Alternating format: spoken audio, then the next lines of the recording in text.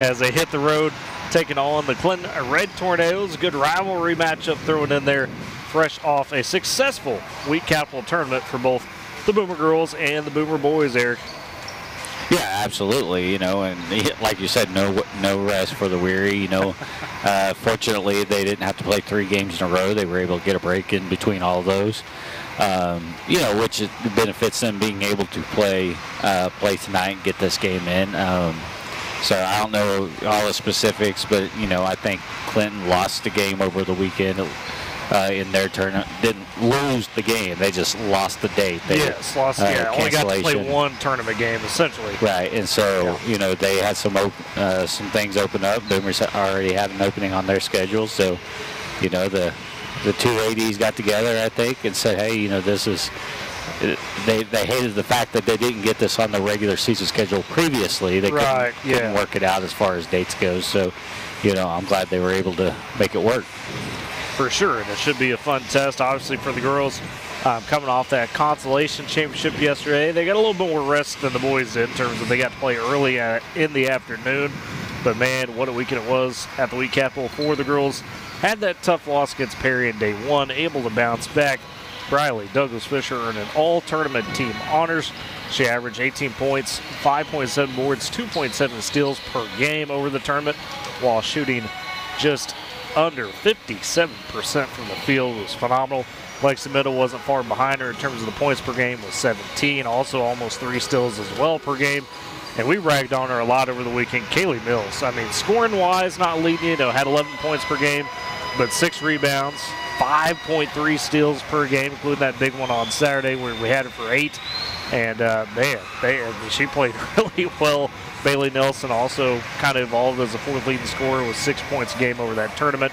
And Caitlin Culp, not necessarily big on the scoring, but despite being off the bench in 2 of those 3 games, led the Boomers in rebounds with 6.3. So, Eric, we got our usual big 3, but and we talked about a lot, over the weekend. You start to see a Caitlin Culp, a Taylor Floyd, a Bailey Nelson kind of really fill into some other roles that the Boomers need over the course of the last few games, and that's paying dividends because you got your big 3 can rely on scoring, and we got a Floyd, a Nelson, a Culp that can contribute what they can points-wise and then do those other things. Boy, it makes a world of difference for this team. Yeah, those other girls, Caitlin and Bailey, and they're gaining more and more confidence every time they're out on the floor. And adding those supplemental players to what you would consider the big 3. Where everybody kind of adds their just add something else to the team, I guess you could say. And especially like I talked about the confidence of Taylor Floyd and the way she's just playing with a lot more confidence. Bailey played well the last couple games of the tournament, so I'm excited to kind of see where this Boomer team goes because they're starting to put some things together. They did bring up somebody that adds a little bit of depth from the JV squad. She can add something defensively if when she gets time. So, it's a good time to see how these girls continue to grow. Yeah, you're talking about adding somebody from the JV, so we'll address those changes real quick. If you're watching on Boomer TV tonight, Ella Howard, who's usually number 3, will be number 11 for this game, it looks like. See if that will be the case going forward as well. And it looks like Zoe Chavez getting the call up on the JV side. Hadn't seen any varsity minutes so far, but she's been added to the roster tonight. She'll be number 1. Otherwise, you'll see the same group of girls. And speaking of tonight, the Clinton girls coming to this one 1-10 on the season. They're looking to improve upon their 0-24 season last year, so at least, kind of going that way, a lot more depth. Last year had a tough kind of stretch where you had a new head coach in Tu Jefferson who took over the program. He was kind of dealing with injury issues. They had some girls kind of step out, so you only had 6 at one point for the Clinton roster. Got a few more on it tonight. Got a little more depth to them in that sense. But still a team that's, really trying to figure it out. They had a 32-game losing streak before that win earlier this year against Aztec Charter, which is crazy to say. Clinton usually, is going to be a tough basketball team, but just have kind of fallen on hard times the last few years. Beat Aztec Charters 60-6. That was back on December 19th. Team over the course of so far this season and the last two before that, 3-56. Like I said, those numbers are up, and it sounds like they've got a good group coming from the 8th grade as well. So that will help and kind of get them, back on the up and up a little bit. And, doesn't mean they don't have talent. Lillian Lyon, the lone returning starter from last year, senior this year. Despite those struggles last year, she was pretty solid. 9 points a game, 5 boards, nearly 3 steals per game for Clinton. But Eric, really, when you look at this, it's going to be a chance for Woodward tonight to, like we talked about, continue to build on the good things we saw over the weekend. And you come out, take care of business, and you get some good minutes most likely for Caitlin Colt to continue to play a lot. Bailey Nelson, we talked about Zoe Chavez coming up, and Ella Howard and Michaela Stinnett. Those girls, could see some good extended run tonight. Yeah, don't if you're at the Boomers, don't look past Clinton, because those are whenever you come into a place like this and it's kind of an unscheduled game, you weren't really prepared for it until all of a sudden, hey, Sunday night you're playing Clinton. Different things like that. You get, like we talked about, routines and things like that. That this kind of throws a wrench into everything.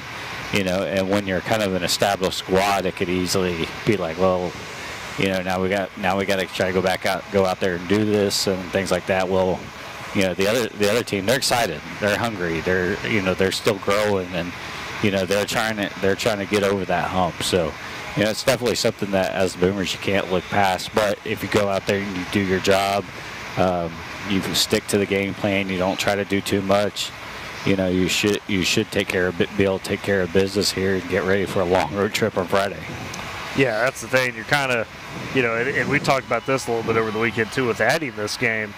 If you play it well enough tonight, you're hoping to get those starters some rest because, it is a long almost 3.5 hour road trip down to Pawhuska.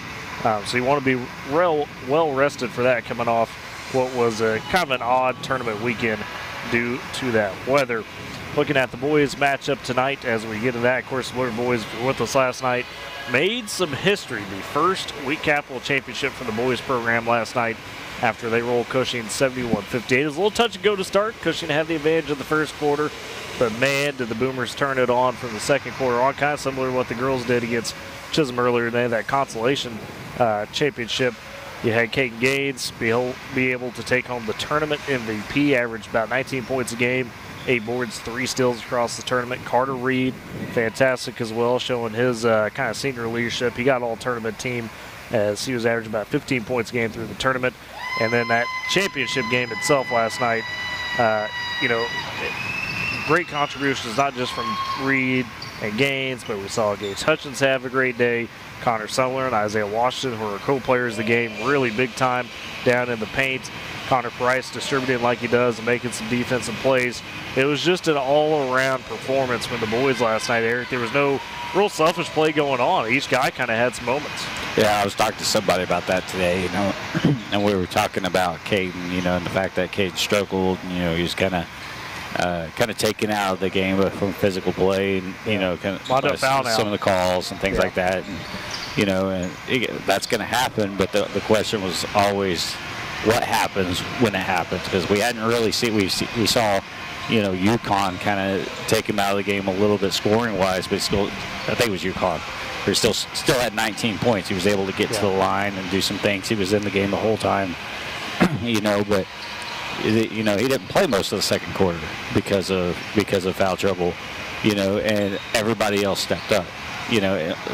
This Boomer squad, everybody's now got that confidence of, hey, we know we can do it. It's not a matter of we need Caden. Yeah. They know how important Caden is, but now they have the confidence to go out there and say, hey, we're just going to get the job done ourselves. And so it was good to see everybody step up. Carter kind of stepped into that leadership role as far as, not just on the bench and in the huddle, but also on the floor. So it was just good to see the overall, the way things played out overall for the Boomer boys. Well, and we used this term a lot last year, and we did for the football season this year, but with this boys team last year, we used the term a lot of growth, right? you had a lot of opportunities to win a couple extra games. They didn't quite go your way. You think back to Kingfisher early last year in that the Winter Classic. You had games like that in the Wheat Capital and even into the postseason, right? Cushing themselves in that regional game. They felt like Woodward did that they were the better team, but couldn't close it out. And that type of growth we saw over the weekend, to your point, to build on, you take Caden off the floor, nobody panics. You know, they just respond. We saw it Saturday against Jones. Again, Caden was held to 4 points in that game in the first half. Carter Reed stepped up, kept us in there. They just slowly kept battling back. And that's something that last year's team didn't quite have in the bag. So, you know, from that coach standpoint, Eric, when you see your team make that turn, does it give you a little bit more, I don't want to say swag or ego, but, you know, the guys kind of look around and say, all right, you know what, we have come a little bit of a ways, maybe. I think it's just, it gives you a chance to validate, you know, all the work you've been putting in, trying to help them, like, something concrete on paper saying, hey, this is what happened, this is what we did, you know. You look, you know, you talked about the games last season. One of those games happened here in this building where, you know, in the third quarter, it all just fell apart, you know, for the Boomers. You know, the Anadarko game played really well. But once we got about midway through the fourth quarter, we just couldn't get over the hump, couldn't get it done. You know, but, you know, now you got two wins where you come from behind, where you take care of business.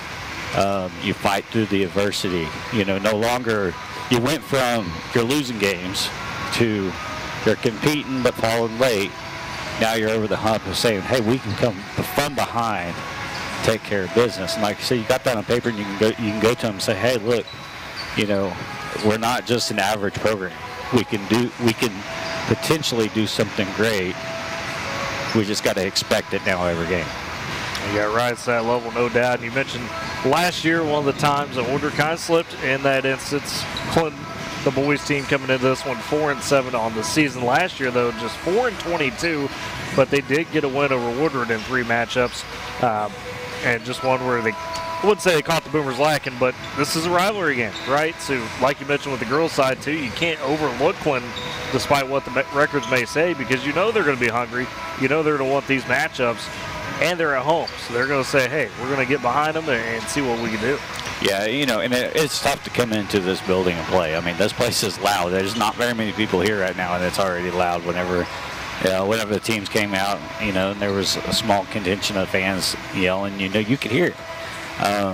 You could hear it through our mics and through our headphones, things like that. And then you add in, I'll just, you know, be honest with you, my experience of playing,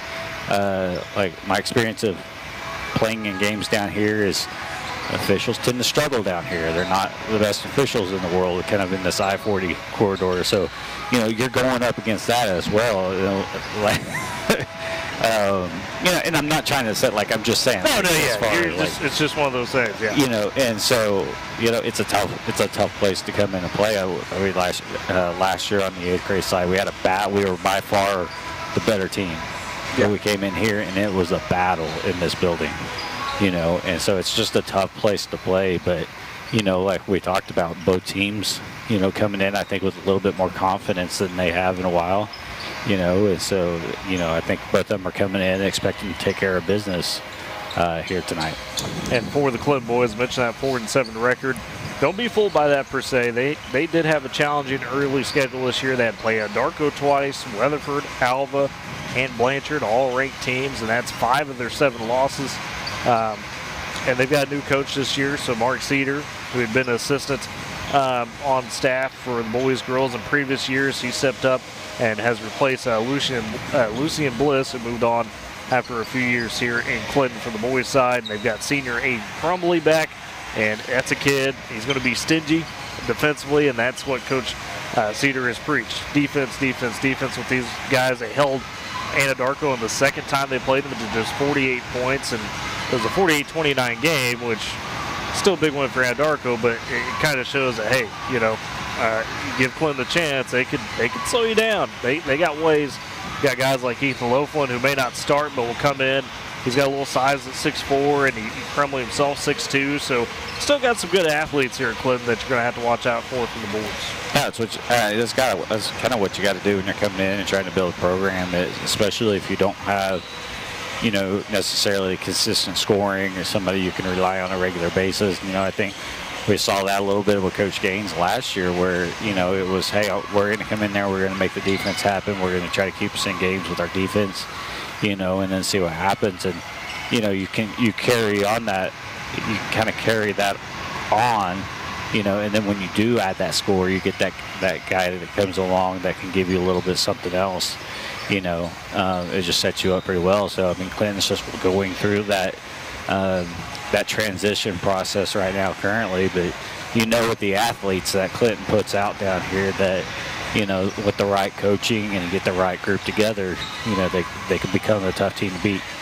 They can. They're similar to the girls, kind of fell into that rough patch. The boys for Clinton just 7-43 over the last 2 years coming into this season, unlike the Red Tornado. So got just under about 7 minutes before we get to the national anthem starting lineup and opening tip for the girls game. We'll step aside, come back, and start breaking down the X's and O's of that game. You're listening to Boomer Basketball on Z92 and Boomer TV.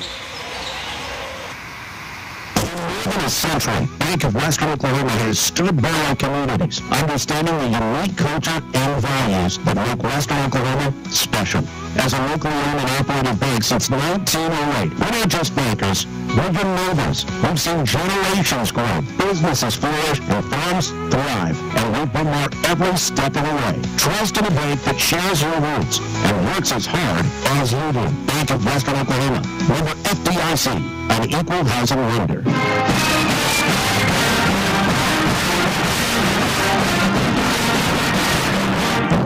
And back on for the girls on the Clinton Lady Reds tonight. And looking at the potential stars for Clinton, kind of what to expect. We already mentioned Lillian Lime, the senior.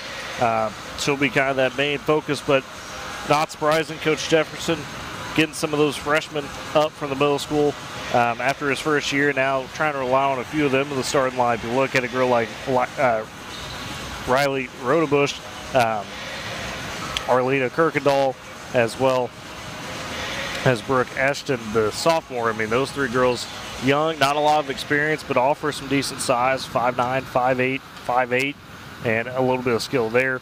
Then you got your two kind of established upperclassmen, Lillian Lime and Ella Redchin, and this is a team that you figure by the end of the season probably will be playing a bit better than what they were at the start.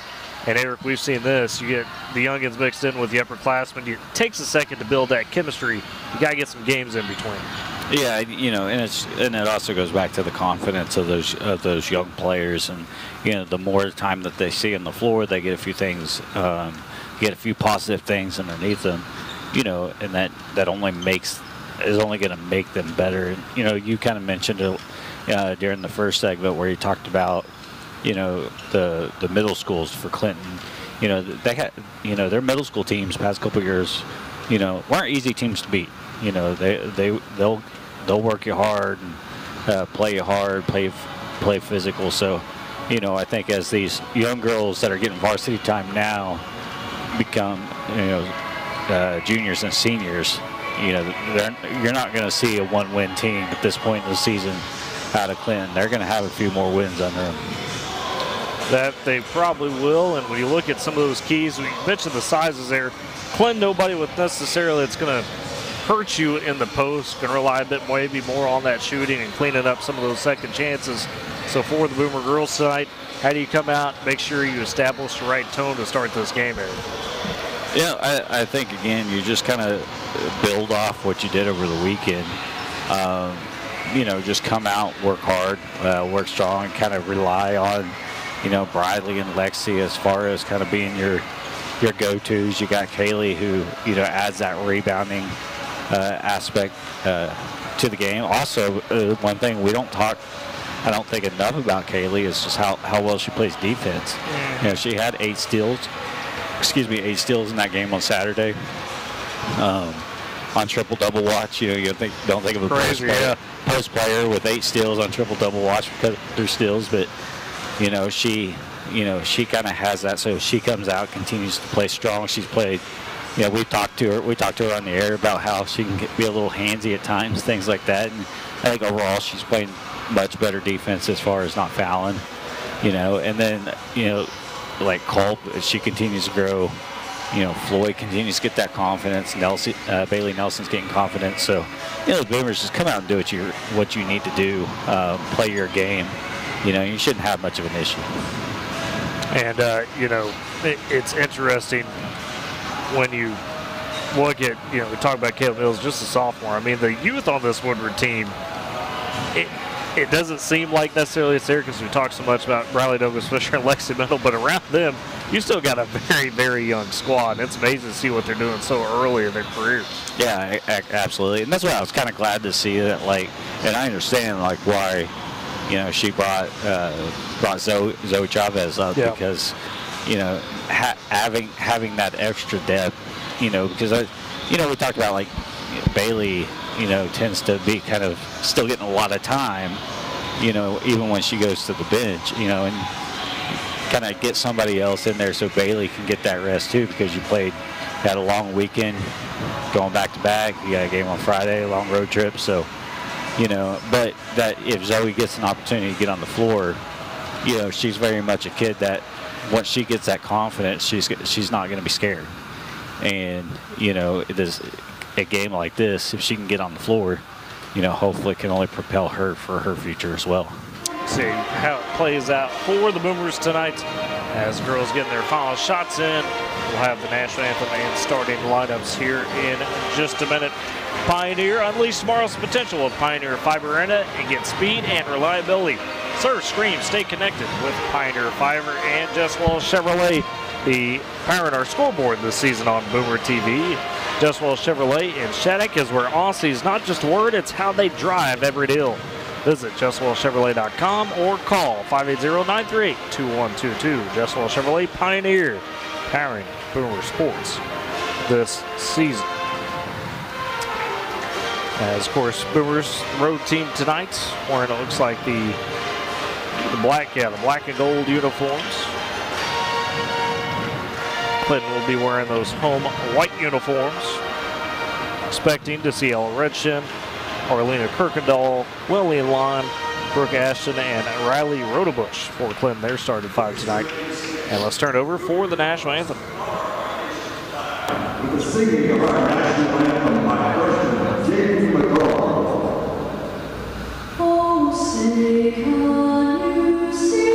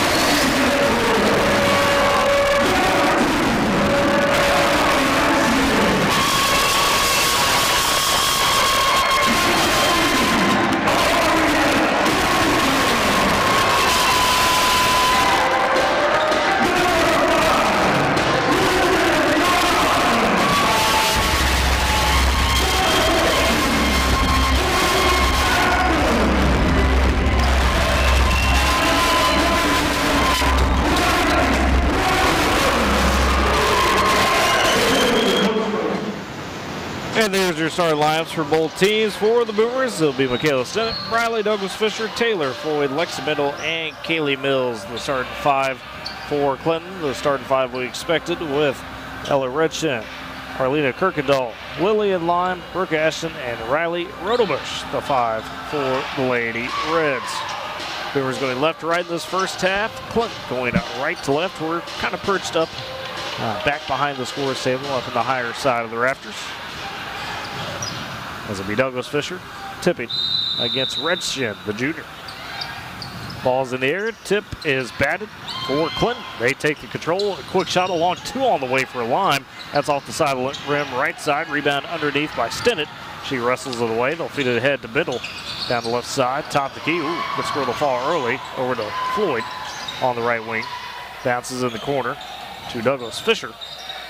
She's guarded tightly. Has tried to bounce on the baseline and gets a foul. Does Clinton, as it looks like that was Rotobush pushing hard. So that's her first, team first. 7:37, first quarter, just underway. As the Boomers on the possession, beneath right block, Floyd inbounds at Stinnett. They work it up top to middle. Thought about the step back instead, passes it over to Stinnett. Continue the offense, left wing to Douglas Fisher. Sees the double team coming over to Floyd. Left corner for the three. It's off the front of the rim, but underneath is Stinnett to clean it up. Too strong on the putback. Rebound taken by Clinton. As it'll be Lime, the senior guard, the ball handler. Or excuse me, Redshin, the junior ball handler. That was Lime. My eyes didn't betray me. And they passed over to Redshin for the three. Does Lime. So a three for the left wing for Redshin. And Clinton with an early 3-0 lead. The Boomers the other way. Mendel to left elbow. Banks it home off the glass. Long two for Lexi Mendel. It's definitely kind of hard to see up here, Tyler. And the bright numbers for Clinton don't quite do it either. So Woodwards are fine. Clintons are a little blurrier. Turnover for Clinton as losing off the handle was Kirkendall.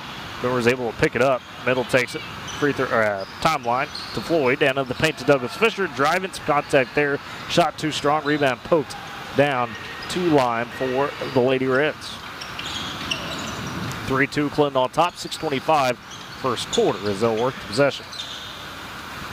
Bounce down to Kirkendall. Trying to fly in for the basket. And she's fouled from the right side. So Arlena Kirkendall, the freshman, heads to the free throw line. It looks like he gets Stinnett for her first, team first for Woodward. Yeah, the Boomers' feet didn't look a little heavy tonight. They're kind of slow moving and kind of rotating on defense. And so, you know, that when expected, when you play 3 games in 5 days now, you know, 4 and 6, it's going to happen. First free throw off the mark for Kirkendall. Second one falls, so she splits the pair. Gets a point. Clinton up 4-2, 6:15 first quarter. As it's Mendel, the ball handler, goes left wing to Stinnett. Free throw line to Mills. Left corner, Douglas Fisher open for 3. Takes it a little bit off the mark. Rebound underneath by Rotobush. Clinton back the other way. As they'll get it to Lime, we'll bring it up the court. And the senior ball handler averaged 9 a game last year, 5 boards, few steals. Clinton working around. They get Rotobush on the backside right. Block the layup just a bit too strong. Rims out. Rebound. Mills able to tip it over to Mendel. She'll race across down the left side. Attacking on 3. Lady Reds and a hard contact. And they'll get Lexi Mendel for the charge.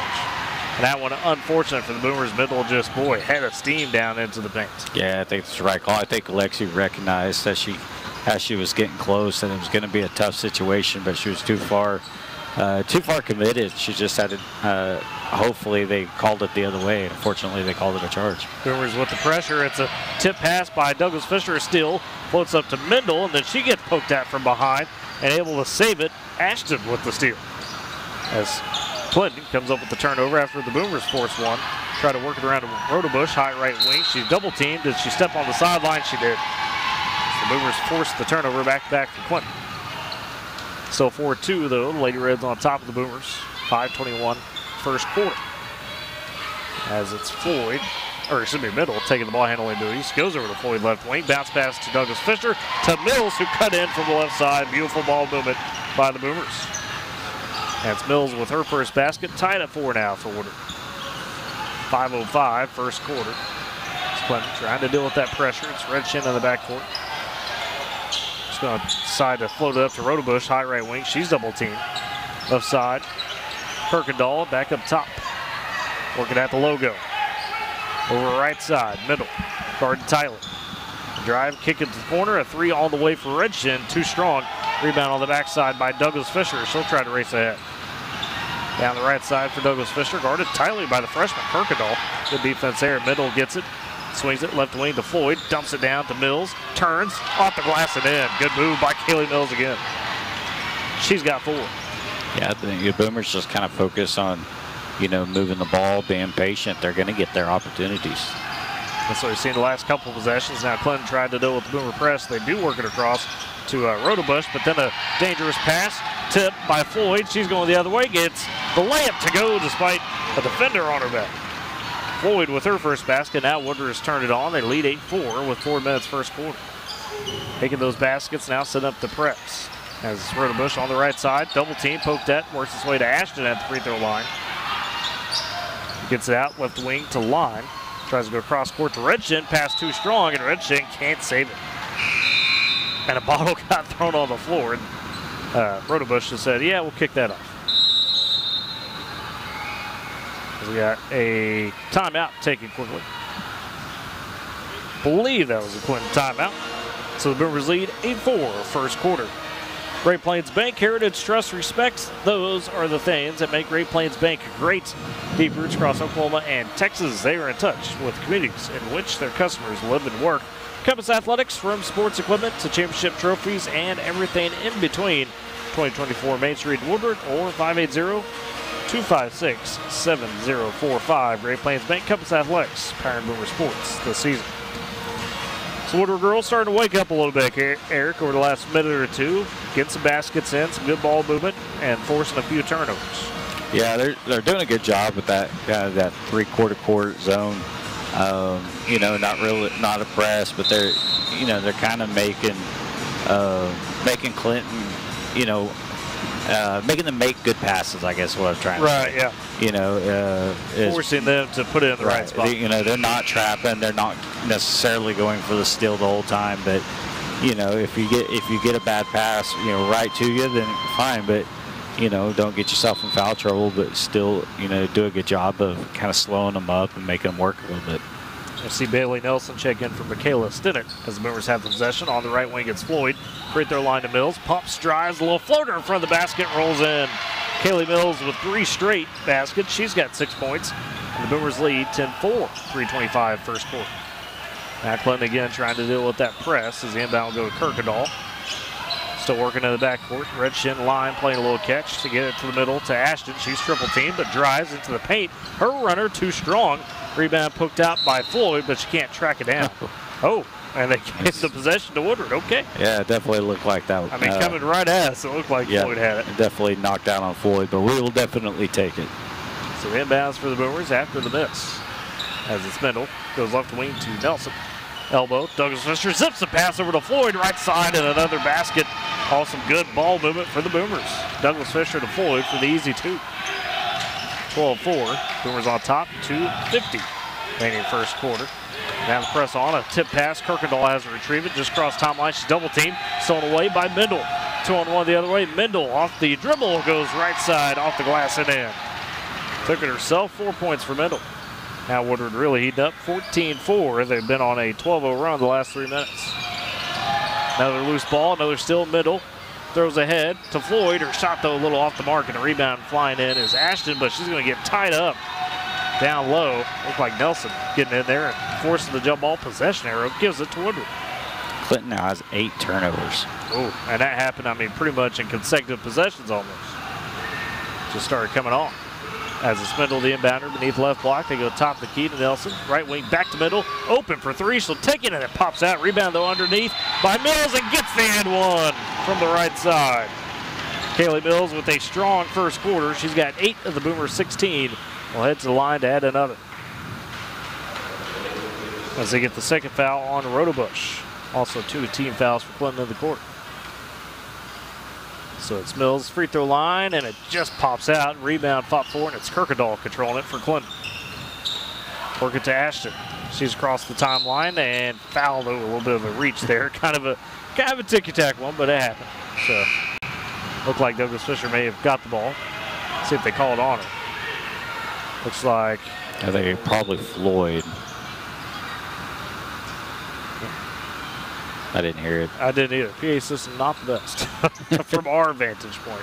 Probably better for those out of the stands. As Clinton gets the possession, inbounding the right wing. Floyd. They did give it to Floyd, yes.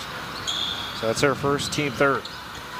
Front of the offense is Redshin trying to get Lime open on the high right wing. Middle on her, and then a foul on middle. A little bit of a bump is what they'll call it.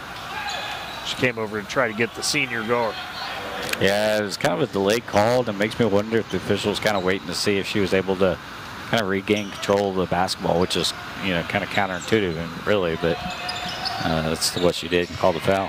Inbounds from Lime goes to Redshin underneath. Her shot off, and the Boomers able to control the rebound eventually as Mills takes it in the deep corner, feeds it to Floyd. Middle, by the way, 2 fouls early in the first quarter. Douglas Fisher open right side for a 3. A little short on the shot, but Mills again clean it up, and another and one for Kaylee Mills underneath. She's got 10 points in the 18 for Woodward as they push it to 18-4 on the advantage with a minute 40 remaining in the quarter. That's why you can. That's why you always work to, you know, to get those second chance opportunities. And if you get them underneath, you go straight back up, because a lot of times you're going to have that and one opportunity. Redshin the foul for Clinton, third of the quarter for the Lady Red, and the conversion on the free throw by Mills. And Douglas Fisher will step out, give way to Michelle Ibarra for the Boomers. So it's Floyd, Mendel, Ibarra, Nelson, Mills the 5. As Clinton will have the possession.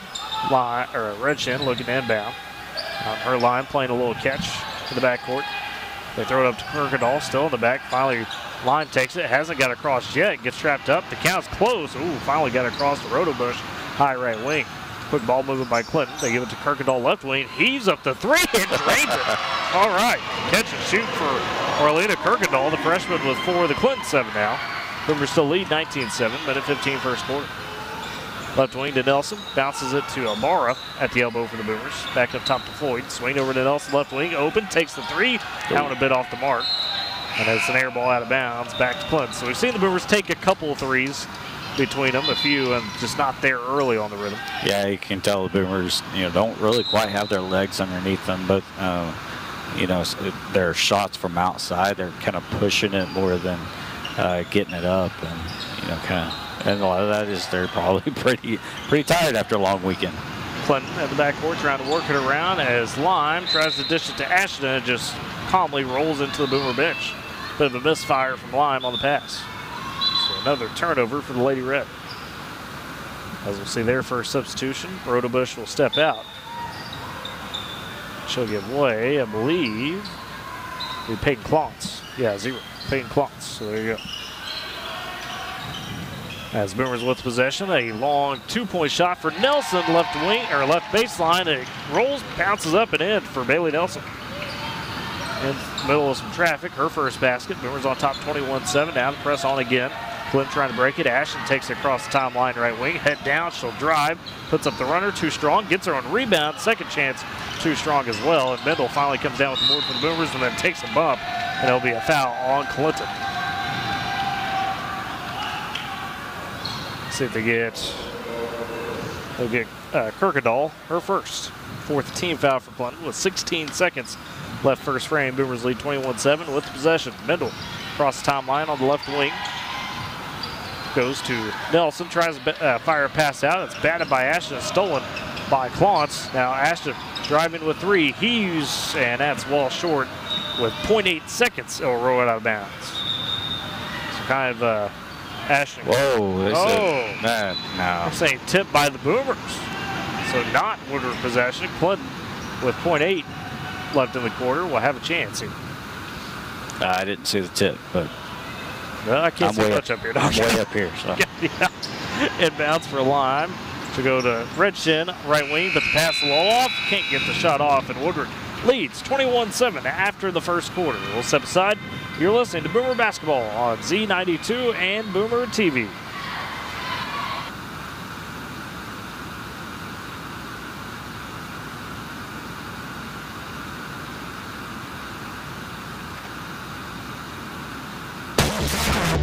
To be honest, every day may seem like a thankless job, but you know better. It's the little things that matter most. That's why you appreciate the enduring value of the Michelin Defender tire. Designed for doers like you, Michelin's longest-lasting tire keeps you on the go longer, so you have one less thing to worry about on your next road trip.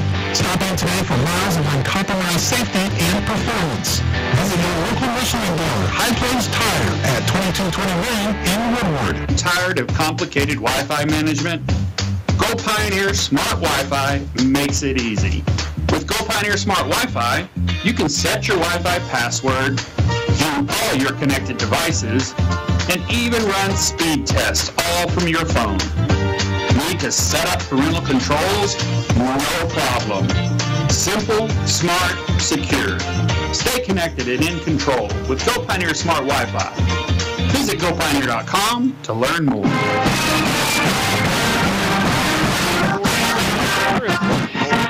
Possession to start the second quarter. Lime with the quick three, and that's a bit too strong. Rebound picked up on the backside by the Boomers. It's Middle working across the timeline. Right wing to Floyd. Now attacking. Throws in the paint to Douglas Fisher. Not quite there. She'll back it out to Floyd on the right side. Swings it to Middle. High left wing.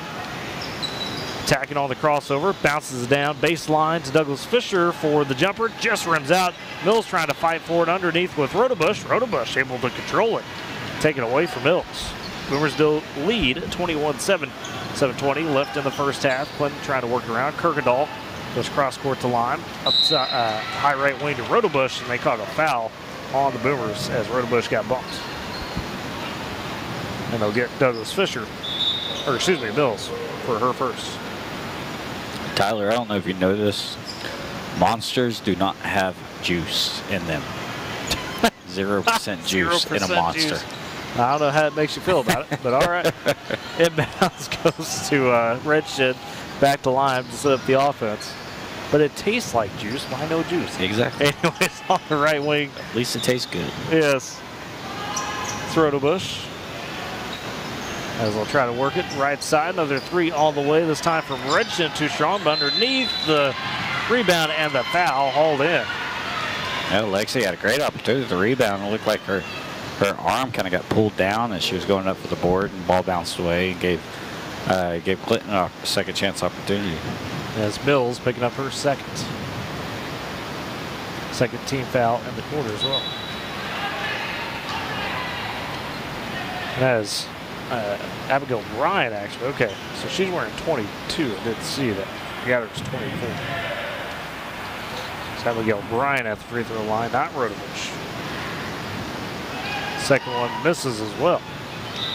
So she misses both, and then on the rebound, Kirkendall can't control it, and it'll go back to the Boomers. As it'll be Middle, taking the inbounds pass, races across timeline, picked up by Klotz. Middle, left corner. Nelson pumps, drives, pulls up for the baseline jumper, and gets it to go. Good move by Bailey Nelson. Yeah, good job by Bailey to kind of show that little shot fake there, and then dribble in and take a little bit better opportunity. Her three-point shots kind of struggled this year, and she took what she could get. And now still by the Boomers as Floyd able to knock away a pass, take it herself, shot missed, but Mendel trying to clean it up on the backside, gets fouled from the left block. As Floyd and Mendel were harassing the Clinton ball handlers around the timeline and force that turnover. They'll get the second foul on Ella Redshed. First of the quarter for Clinton. Woodward leads 23-7, 6:22 left first half. Mendel, free throw line, first one falls. She's got 5 points. As we see Michaela Stinnett check in a minute for Mendel. That second free throw goes for Mendel, so she'll step out and give way to Michaela Stinnett. It's Mendel from the bench with 6 points. 5 for the Boomers. Are kind of seeing, a mix, if you will, between your starters and your bench. As you got Nelson, Floyd, Douglas Fisher, Stinnett, and Ibarra. Clinton in the backcourts. As Redshed line playing a little catch along with Kirkendall spread out. They go ahead to Bryan. She takes a strong runner. That's off the glass. Rebound picked up by Floyd. Gets it ahead to Stinnett down the right side. Top the key. They'll swing it over to Nelson. Baseline to Barr. Nice feed down to Douglas Fisher. Cutting to the basket. And that's just pretty ball movement again by Woodward. An assist for Ibarra to Douglas Fisher. And for Briley, that's actually her first basket of the day. Weird to say, but the Boomers lead by 20, 27-7. Missing a steal there is Clinton able to get it across. Bryant taking it down the right side, feeds it back to line for the open three, right wing, misses, but Bryant, a cleanup opportunity, doesn't go. Kirkendall works the way to her, it pops out. Again, Bryant, another board, still working underneath. Finally, Boomers just ripped away from her on the steal. Douglas Fisher attacking with the 2-on-1 Nelson. Douglas Fisher takes it herself, throws it off the glass too strong. Nelson corrals the rebound on the right baseline, puts up the jumper. Oh, it just spun out. Rebound again underneath by Douglas Fisher, but then she's tied up by Bryant. Hey, you can't give up 4 offensive boards on the same possession. You never want to give up offensive boards, but all those little bump shots that Clinton was missing, you got to get a body into somebody, and not allow them to have another opportunity. And the possession arrow kept it with Woodward as it be Floyd, inbounding top the key to Douglas Fisher. Right corner to Nelson, and just take it away. Oh, yeah, we'll say a foul on Ashton. So that's her first, team second. We talk about, players being hungry. Abigail Bryan, one of those freshmen, 5'10". Yeah, and she'll come in and she's working hard, and she's got to get out there and prove herself, and she's going to kind of make a difference as long as she keeps growing. So on the left wing, it's Nelson, elbow to Ibarra, kicks out right side, or excuse me, that was Floyd. Now with Nelson on the right wing. In the corner is Stennett, bounces it down underneath Ibarra, shot a little off the mark, and now fight forward underneath, a jump ball again. This time possession arrow will go to Clinton, as it was Ibarra and Ashton tied up. As we'll see, Alyssa Day step out. She was in for Clinton. Gives back way quickly to Bryant. 27-20, Woodward leads with 4:50 left in the first half. Well in control of the Boomers, but it's Clinton with the possession as Redchin trying to direct some traffic. Or excuse me, line. And now a timeout taken by Coach Jefferson, as he didn't like to sit there for the Lady Red. R5, customer rewarding. When you work with R5, you can count on a quick, fun, and enjoyable process with results that consistently exceed expectations. Go chat with their screen printers. Got customized apparel, 817 Main Street in Woodward or 580-256-3579. And Western Drug, 1021 Oklahoma Avenue. They've got a friendly and caring staff and a drive-through window that is awfully convenient. Always excellent service as well. 580-256-5586. Western Drug, R5, powering Boomer Sports this season. As out of the timeout, it will be Clinton with the possession. On the sideline, the inbounder throws it into Redchin in the corner. Guarded tightly by Floyd. A pass attempted out of there is knocked away by Floyd into the crowd. 4:39 left first half. Woodward in control, 27-7. Again, it'll be a line, this time near the right corner. Inbounding, goes to Ashton on the right wing. Step back, pulls up for the three on Stennett. That off, rebound taken by Ibarra. And she'll feed it to Douglas Fisher. He sets up the offense, floats it ahead to Nelson, left wing. Nelson looking to attack baseline, bounces it to Ibarra and floats it into Douglas Fisher. Kick back out to Nelson, trying to work the ball around to Floyd. Pass batted by Kirkendall, but Floyd able to collect it. But then her pass to Stennett on the right side, too high, that sails out of bounds. Stennett tried to leap for it, couldn't quite get a handle. It's 4:17 remaining in the half. Woodward on top by 20, 27-20. As it's line, taking it up the court, will hand off to Ashton. Now goes to Redchin left wing. To Bryan, hands off back to Redchin. Dumps off to Lime, right elbow in the corner. Redchin takes the three, contested, good contest by Floyd. And that shot way off as it goes out of bounds. They say, yeah, Floyd got a piece of it. Yeah, Floyd, that's definitely the right call. Yeah. She did come flying in there and get a piece of it on it. It's good defense by Floyd on the closeout. Clem, though, keeps the possession. As we line the inbounder, goes to Bryan left wing. Up top to Ashton. Right side, Lime gets open for the three. It's off the glass, off the back iron. Rebound taken by Douglas Fisher. She'll slow up the pace. It's Nelson, Ibarra, Stennett, Floyd, Douglas Fisher, the 5. Nelson with it on the left wing. Picks up her dribble. Has Stennett in the corner. Feeds it to her. She'll take the shot off the catch and shoot. And Michaela Stennett nails it. Her first basket of the game, and the Boomers lead 30-7. 3:30 left first half. She's another one you're starting to see more and more confidence every time she's on the floor. And, you know, I think she's kind of starting to settle in with this team. As is Bryan on the right elbow, hands off to Lime, comes around, a block by Nelson on the shot. Rebound taken by Douglas Fisher. She got knocked down and able to just bat it over to Floyd from the ground. Press move there, up ahead to Nelson right side. Guarded tightly by Lime. Now sees the double coming with her, Lyman Kirkendall, and a turnover there as Lime able to take away, and then she's bumped in the open court. See if they get a Barra. Yes, they do. Bumped. So it's a foul on Michelle Barra. Her first. Team third of the quarter. Woodward on top 30-7 with 3:01 left in the frame.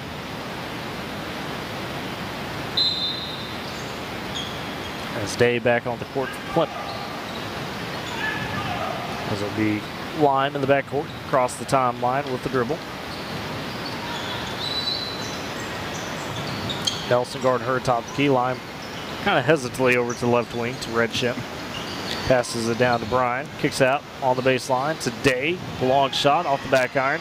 Bryan, another offensive board. The put back too strong. Flies in, gets a second chance and fouled.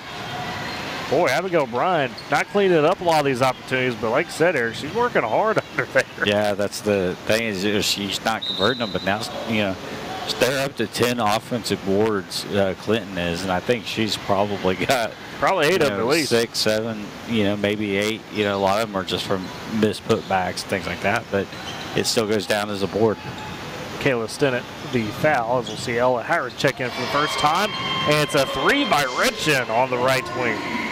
Off the inbounds pass. Redshin with 6, 2 threes. Boomers lead by 20, 30-10. It's Nelson top the key, trying to get it into Barra. Can't get it, and it's a turnover by the Boomers. As Clinton comes up with it, Redshin takes the handle. Floats ahead, right wing to Lime, gets open, stops, pops for the 3, banks it off the glass, off the rim, too strong, and taken away is Lime, following her shot, took it away from Stinnett, and Lime cleans it up. So Lime, her first basket. As Boomers still lead 30-12, minute 55, first half. Howard trying to get it to Douglas Fisher, that's batted, but the Boomers able to keep it. As Nelson takes that high left wing, she just gets run over by Clonch. She took a bugging, is what she just did. Yeah. Clonch just stepped up and said, well, you know. So that's her first, team third. I don't know if you heard me chuckle a second ago, but you said at the top of the key, Lime. Oh, So we have key Lime. Oh boy. I was like, oh my gosh. Eric over here. Sean Kelly would be proud with the dad jokes. Left elbow bar up, down on the baseline to Howard. Her shot, though, off the mark. Caught herself throwing it off the glass. Awkward angle. Rebound taken by Clinton. Boomers still lead 30-12, minute 33, first half. As this Redshin across timeline, gets us a Lime on the high right wing. And back off to Redshin. They work it over today. Kirkendall left side on the wing, picked up by Howard. Redshin trying to drive, feeds it back to Lime on the right wing. It's 5-on-5 with Mendel and Lily Lime. And now a lazy pass by Lime, stolen by Douglas Fisher, all by herself for layup, and that goes. Riley just stepped up, took it away, and she's got 4 points. Boomers back up top by 20, 32-12, down to 57 seconds left in this first half. On the right wing, it is Lime taking the pass from Redshin. They set a screen. Kirkendall able to get open. Right side. Shot, though, too strong. Rebound underneath by Howard as she'll feed it ahead to Mendel. Mendel on the right side. Picked up by Kirkendall. They give it to Nelson in the corner. To Barra left side. Back to Nelson. Open. Takes the 3, and that's just a bit strong. Rebound chased down by Mendel in the right corner, but couldn't save it as she tried to throw it back as her momentum was carrying. So go back to Clinton. See Ashton back into the ball game for Day. And for the Boomers, Stinnett checking in. Takeouts. It does take out Mendel. So it's Stinnett, Douglas Fisher, Nelson, Ibarra, and Howard, the 5 right now for Woodward. Clinton, though, with the possession. 20 seconds left in the first half. Lime on the right wing to Ashton. Feeds it beside her to Bryan. Her pass batted by Ibarra and stolen away. Flips it to Douglas Fisher with 9 seconds. Runs across the timeline with 7. Right wing in the corner to Howard. Back to Douglas Fisher. Touch pass over to Stinnett on the left block for the basket. 5 for Stinnett, and that's how we end the first half as Woodward goes into the break leading 34-12 over Clinton. We'll step aside. You're listening to Boomer Basketball on Z92, KMZE, FM Woodward, and Boomer TV.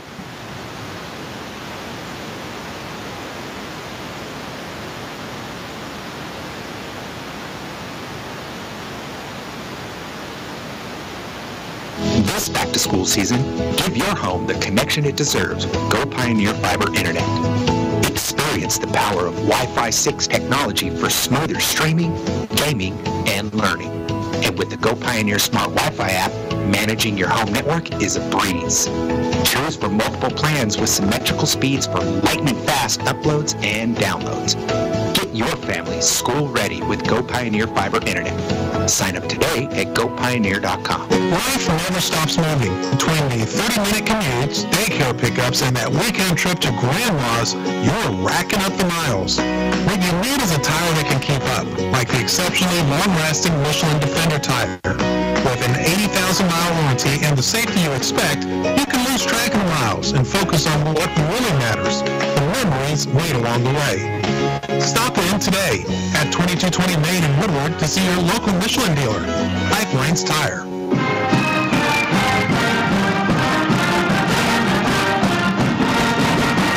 And back in Woodward lead 34-12 over the Lady Reds at the half.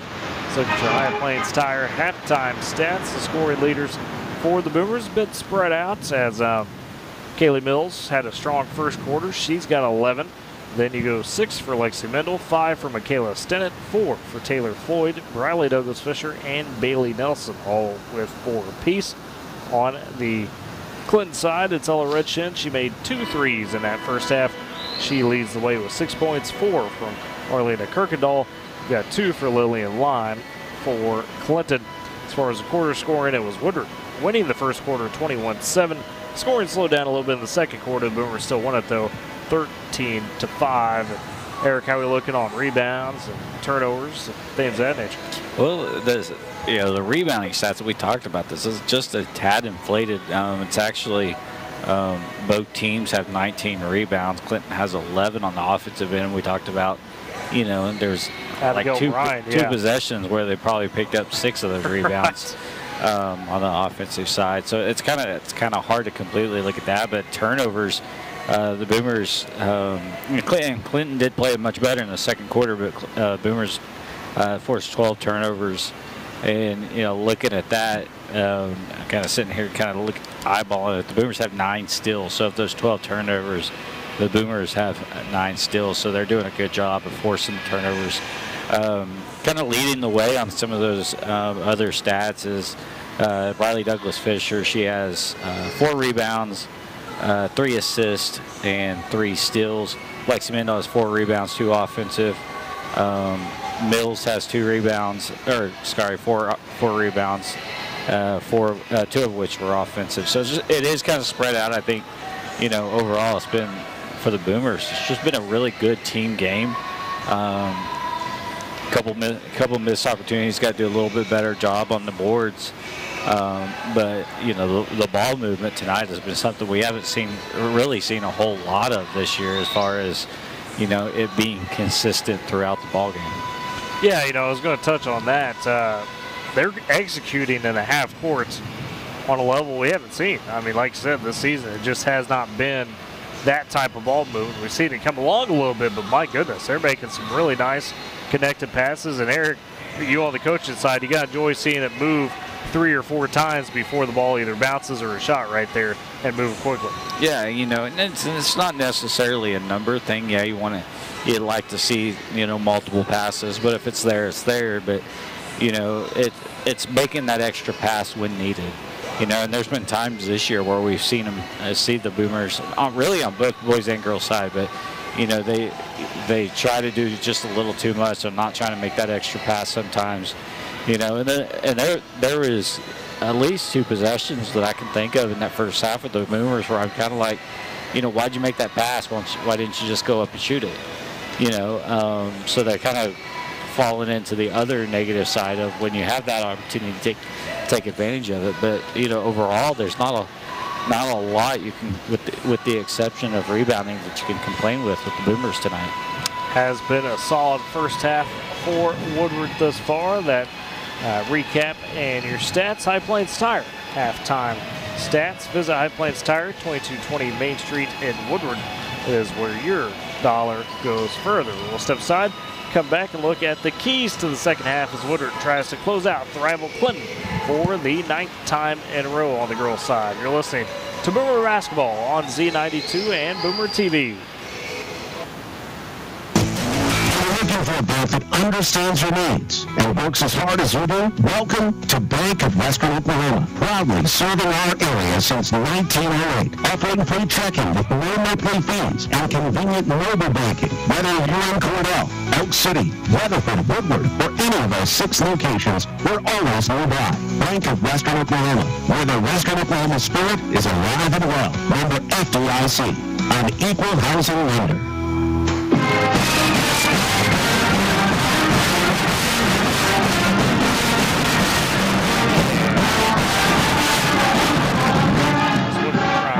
Put away the Lady Reds that I mentioned. Woodward 3-0 last season against Clinton in this matchup. Average score of that game over the 3 matchups was 60-25. So you're kind of on pace for that again tonight. And Woodward has won 8 straight games over Clinton. The last loss in this series for Woodward came in 2021. It kind of is a mix of 2 things, Eric. Obviously, Woodward continued to be solid, but also we talked about in the pregame, Clinton just kind of falling a little bit on hard times with the program as they try to build it back up a bit. Yeah, and there's a lot of teams just over the years that, they don't have very good records against the Woodward girls. That's just kind of that's the general. Yeah, it's kind of like what Clinton football is. Woodward girls basketball has been for a long time, and they're not quite at that level of dominance that they kind of went through, but that's a lot of teams, whenever they have to play Woodward, that's in the back of their minds of, if they know anything about the history of the area sports, Northwest and kind of West Central Oklahoma, they know that how dominant Woodward girls basketball has been over the years. And so that's got to be a little bit in the back of their mind. But honestly, the Boomers have just, like I said, they come out. They're playing with a lot of confidence. They have a lot of confidence against Clinton because they have done so well with them, over the years. These kids play each other. We talked about this during football season. They play each other through middle school ball. Some of these kids play summer ball against each other. So, we've talked about the rivalry between the 2 schools. It's a good rivalry to have. That it is for sure. So looking at the keys for Woodward in the second half, you lead by 22, 34-12. You're probably, after you see the stars maybe for a few minutes, get more of those, bench players in. We might see Zoe Chavez in the second half. Didn't see her in that first half, but she is available. So you could see that. Could see a lot more of Micaiah Stennett, Bailey Nelson. Didn't see really Caitlin Culp in this first half either, which was surprising. Might see her kind of in the second half, but I think ultimately just, again, if you come out and execute in the second half, Eric, another good chance to get a little bit of that rest as you head to the long road trip in Pawhuska Friday. Yeah, I think the big thing is, and I'm sure the coaches talked about it. The Boomers are pretty blessed to have 3 really good coaches sitting over there on the sidelines, Coach Moore, and then the Joneses, Casey and Nathan. I'm sure that rebounding is one of the things they really probably stressed in the locker room, because that's, like I said, that was one of the negatives. Few sore spots, yeah. Yeah, and it was just more of a, working a little extra, I would say, underneath the glass is in the lane. As sometimes they were just kind of standing there watching. They might have been in the right position, but they were standing there watching, not getting into somebody. Definitely. So as both teams return to their benches, their shots, their free throws, all that good junk is done. Ready to start the second half.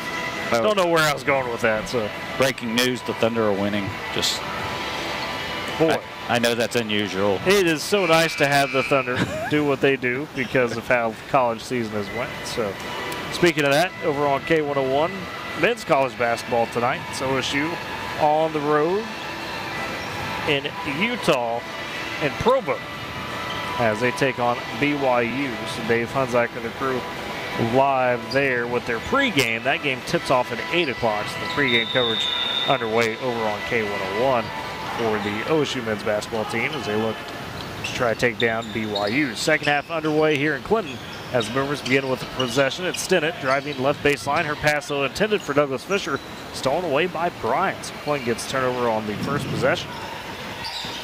This point goes left to right this half. Boomers going right to left in front of us.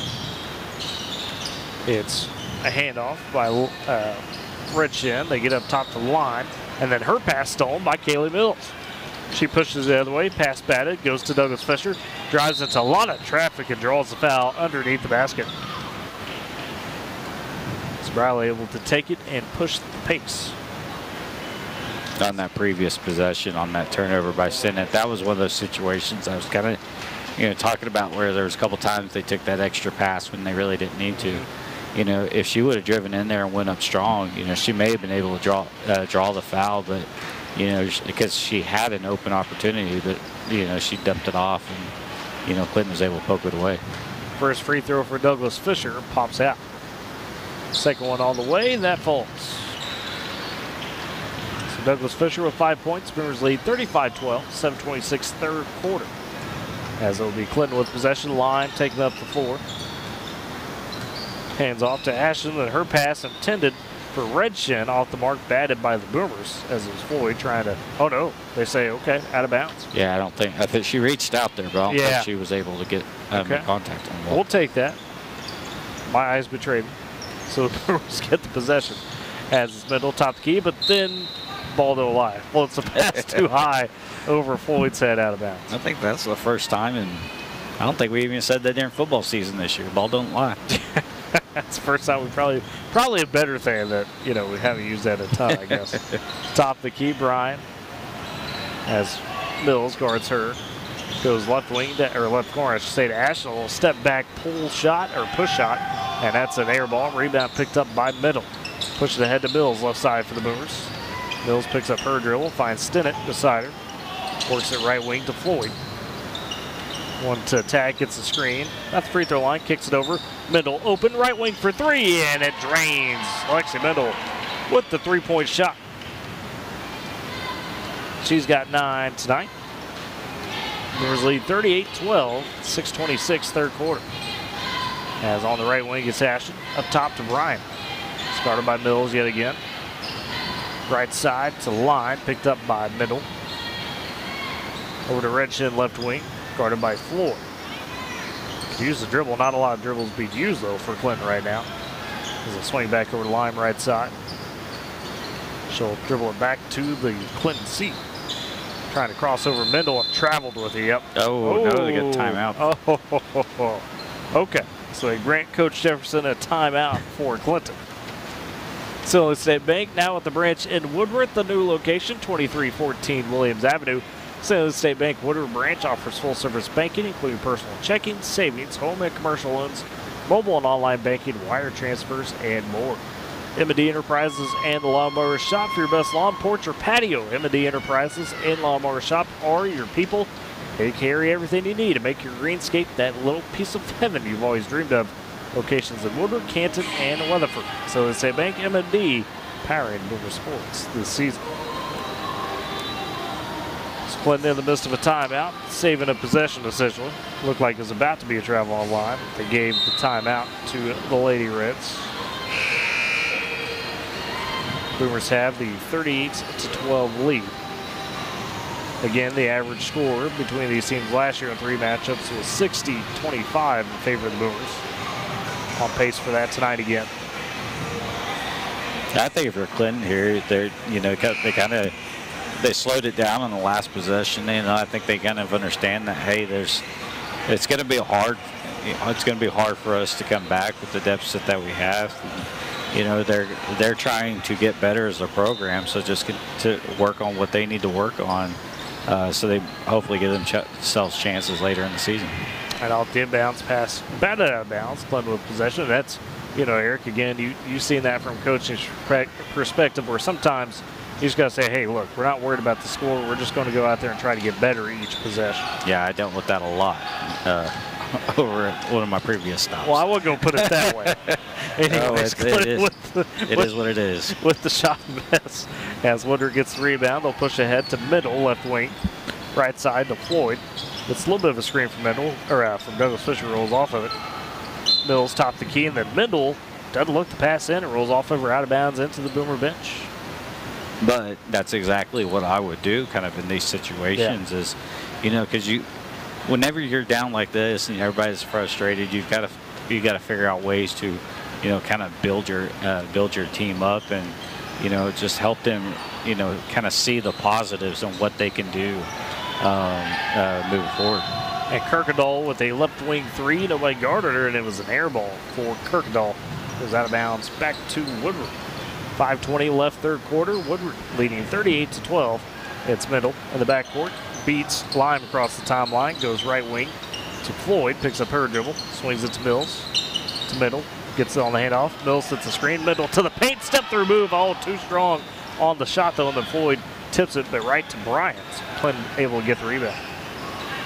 As it's Redshin across the timeline left side. Working the dribble. Stops, double team left wing. Gives it to Kirkendall. They'll swing it back to Redshin. A deep three nearly straight away that just popped out. Rebound taken by Douglas Fisher, but then that's taken away by Bryant. Say what you will about Bryant. She is hustling hard tonight. Yeah, she's not afraid to get in there. That's, you know, that's one thing about freshmen is sometimes they can be timid or they could be the opposite, and they're just going to go in there and do everything they can and work hard, and that's exactly what she's doing. She's, you know, she's just trying to prove herself, you know, as she grows. This is Clinton with the possession. Redshin, top of the key, dumps it down to Bryan, working on Mills, gets to the basket and flips it home off the glass. So Bryan able to take it. She's got two. Finally gets basket after having some chances. 38-14 Woodward leads. Floyd with it for the Boomers. Top of the key, tries to float it down to Douglas Fisher, but read by Kirkendall, batted in the air and steal by Clinton. As Kirkendall handed to Redshin, who will then give way to Lime. So it's Lime at the Clinton C. Letting the offense get set up. Boomers playing a bit of a zone.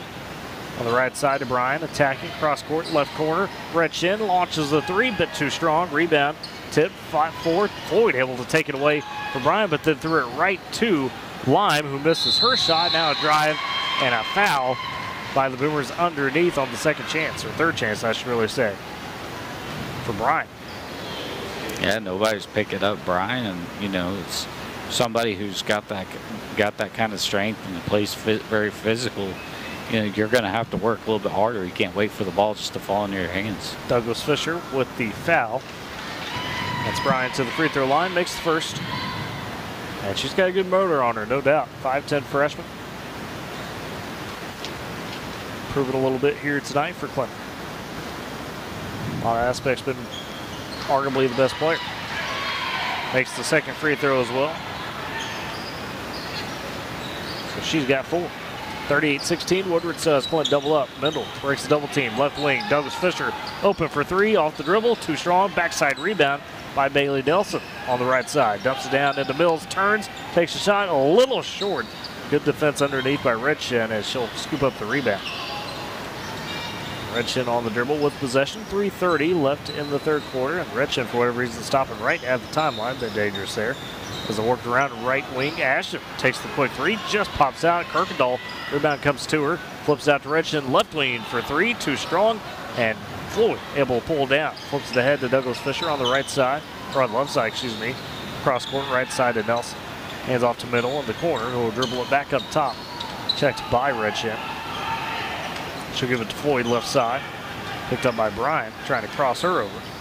Swings it right wing to Douglas Fisher. Up top to Mills. Mills loses the handle momentarily, but gets back to Floyd. Clock down to 2:50 third quarter. Boomers working the possession. As they find Middle back up top, and now a timeout taken by Coach Moore. As not quite liking how the Boomers are operating in the half court. Smith & Co. Auction and Realty, Oklahoma's real estate and land auction experts. Smith & Co. is your #1 choice for all your land auctions and real estate needs. Call them 580-254-3975 or email ira@smithcorealestate.com. Great Plains Bank, heritage, trust, respect. Those are the things that make Great Plains Bank great. With deep roots across Oklahoma and Texas, they are in touch with communities in which their customers live and work. Smith & Co. Great Plains Bank, powering Boomer Sports this season. It's Woodward, I wouldn't say falling into low a little bit here, Eric, in the third quarter, but it's 4-4 in the third quarter right now. Yeah, I think that's, what we're seeing is kind of that, coming out of halftime, sometimes you see teams that just have trouble getting it going again. Especially whenever you're tired, you probably had a little bit of adrenaline going to kind of keep you going there in the first half, and then you go in the locker room and you sit there for a little bit. Sometimes it's hard to kind of bounce back from that. And Clinton on the opposite side, they got a lot to prove. They're going to come out here and work and, kind of show that, hey, we've got fight. We're not going to be scared of anybody. And, I think that's kind of what we're seeing here early on in the second half.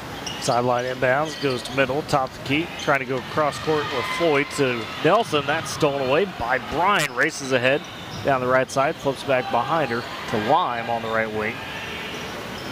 Goes to Redshin left side. Can use the dribble, hasn't yet. That gets back to Ashton on the right wing. Checked by Douglas Fisher. Ashton trying to drive, stopped up easy. Douglas Fisher pokes at her. Works his way to Bryan. She turns, drives to the basket. Too strong on the shot. Rebound taken by Mills for the Boomers.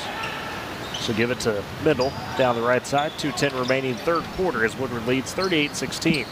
Left wing to Floyd. Guarded tightly by Lime.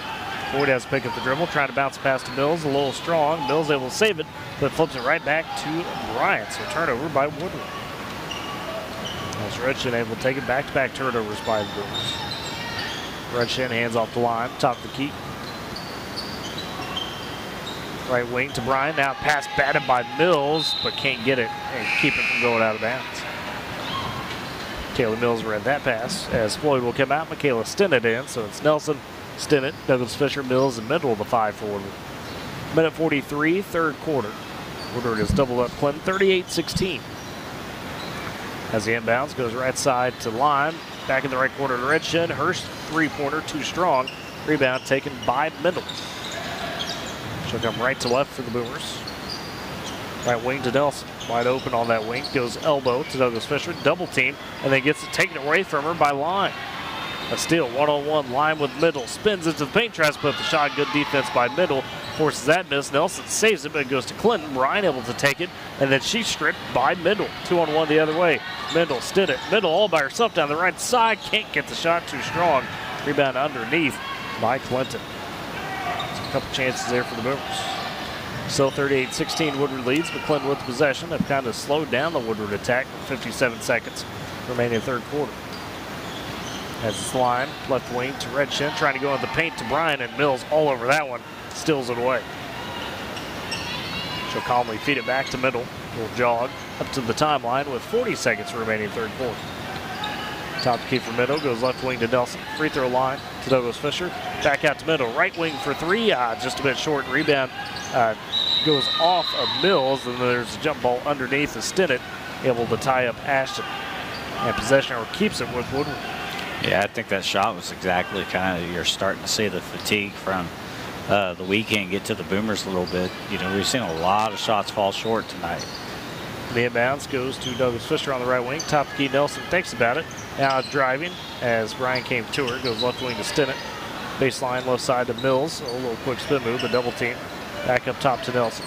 She'll reset with 16 seconds left in the quarter. To Mendel, right wing. Nelson with 12, top the key. Back over to Mendel, 9 seconds. Now attacking right baseline and gets some contact. They're saying tipped out of bounds by Clinton as the shot missed. 5.5 seconds remaining third quarter. Woodward will extend the possession. As it's Mendel inbounding beneath the right block. Throws into Nelson. Top key Stinnett with 3. Back over to Nelson with 2. Bounces it down to Mills. Turns around, puts it up at the buzzer. And that's off the mark, and that's how we end the third quarter as Woodward leads Clinton 38-16 after 3. Step aside, come back for the fourth. You're listening to Boomer Basketball on Z92 and Boomer TV. In thankless to-do list every day. It may seem like a thankless job, but you know better. It's the little things that matter most. That's why you appreciate the enduring value of the Michelin Defender tire. Designed for doers like you, Michelin's longest-lasting tire keeps you on the go longer, so you have one less thing to worry about on your next road trip. Stop in today for miles of uncompromised safety and performance. Visit your local Michelin dealer, High Plains Tire, at 2221 in Woodward. Feel safe and secure with Arlo Wireless Outdoor Camera, available at Pioneer. Arlo offers top-notch protection with crystal clear video quality. Rain or shine, monitor your home from anywhere with remote smartphone access. Whether you're at home or on the go, Arlo keeps you connected to what matters most. Trust Arlo and Pioneer to keep your home safe and secure. Visit GoPioneer.com to get your Arlo wireless cameras today.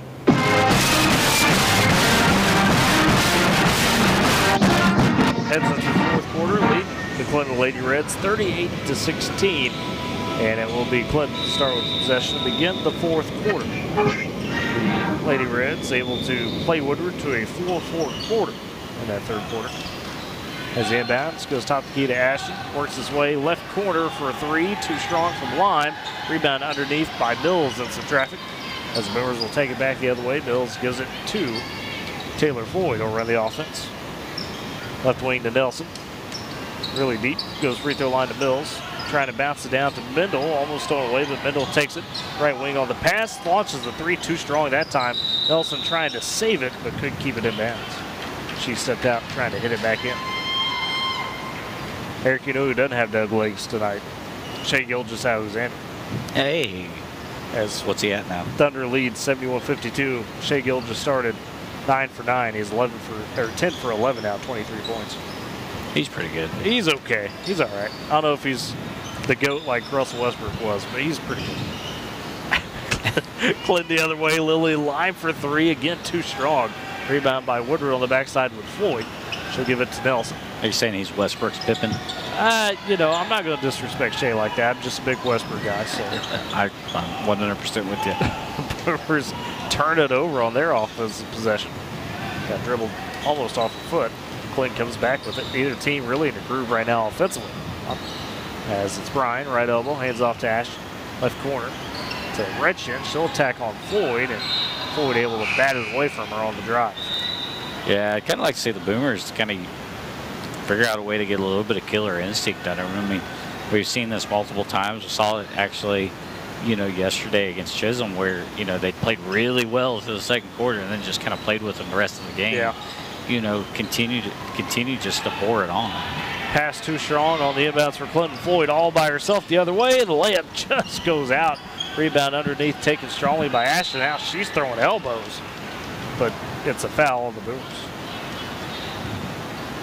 Yeah, it took a little while for that foul to call, because I think she was hit a few times. Yeah, kind of in that, but you know, again, Boomers, you know, we're getting close to a. I don't want to say domination on the boards, but it's they've got 28 now. Clinton has 28 rebounds now. Foul on Floyd, her second. Right elbow or right wing, it's Bryan. They'll work it inside to Ashton, and then she's fouled. We see Caitlin Colt for the first time tonight. As Ashton goes to the ground, Colt Mills defending on the entry pass. They get Colt for her first foul. Inbounds for Clinton, goes to the right wing. As they work it up top line, launches the three straight away off the back iron. Rebound scooped up by Nelson. Flips it ahead to Douglas Fisher, catches it, turns, drives, the scoop layup. Oh, just runs out. But Douglas Fisher able to draw the foul. She'll go to the line for 2 free throws. Yeah, I talked about the rebounds that I'd added up. It's actually, it was 28 to 26 on the rebounding side. So, yeah, it kind of says how many shots have been missed tonight. Yes, it does. The second foul on Brooke Ashton. Free throw for Douglas Fisher off. It's just, I mean, it's a case of, like I said earlier, 6 games in 4 days. It's kind of what it's looking like right now for the Boomers. Second free throw for Douglas Fisher. That one rattles and falls. You know, which if you're going to go through a stretch like that, you're kind of glad it's against a team like Clinton and not, right, you know, Anadarko yes, or somebody absolutely. like that. Yeah, I got a team that's still trying to build, so not necessarily a free win, but one where you could maybe get away with some stuff. And there's a pass too strong by Redshin, intended for Kirkendall, out of bounds. So Woodward leads 39-16, 5:53 left of this girls' game. Has to be Floyd on the inbounds, giving it to Nelson. She'll drive just below the three-point line, pulls up for the shot, too strong, tries to get the on board, but Kirkendall able to take it, and they give it to Lime, who is fouled. And they get Douglas Fisher on the foul. That's only her second. That's the team third of the quarter. As we'll see Michaela Stinnett come in for Bailey Nelson.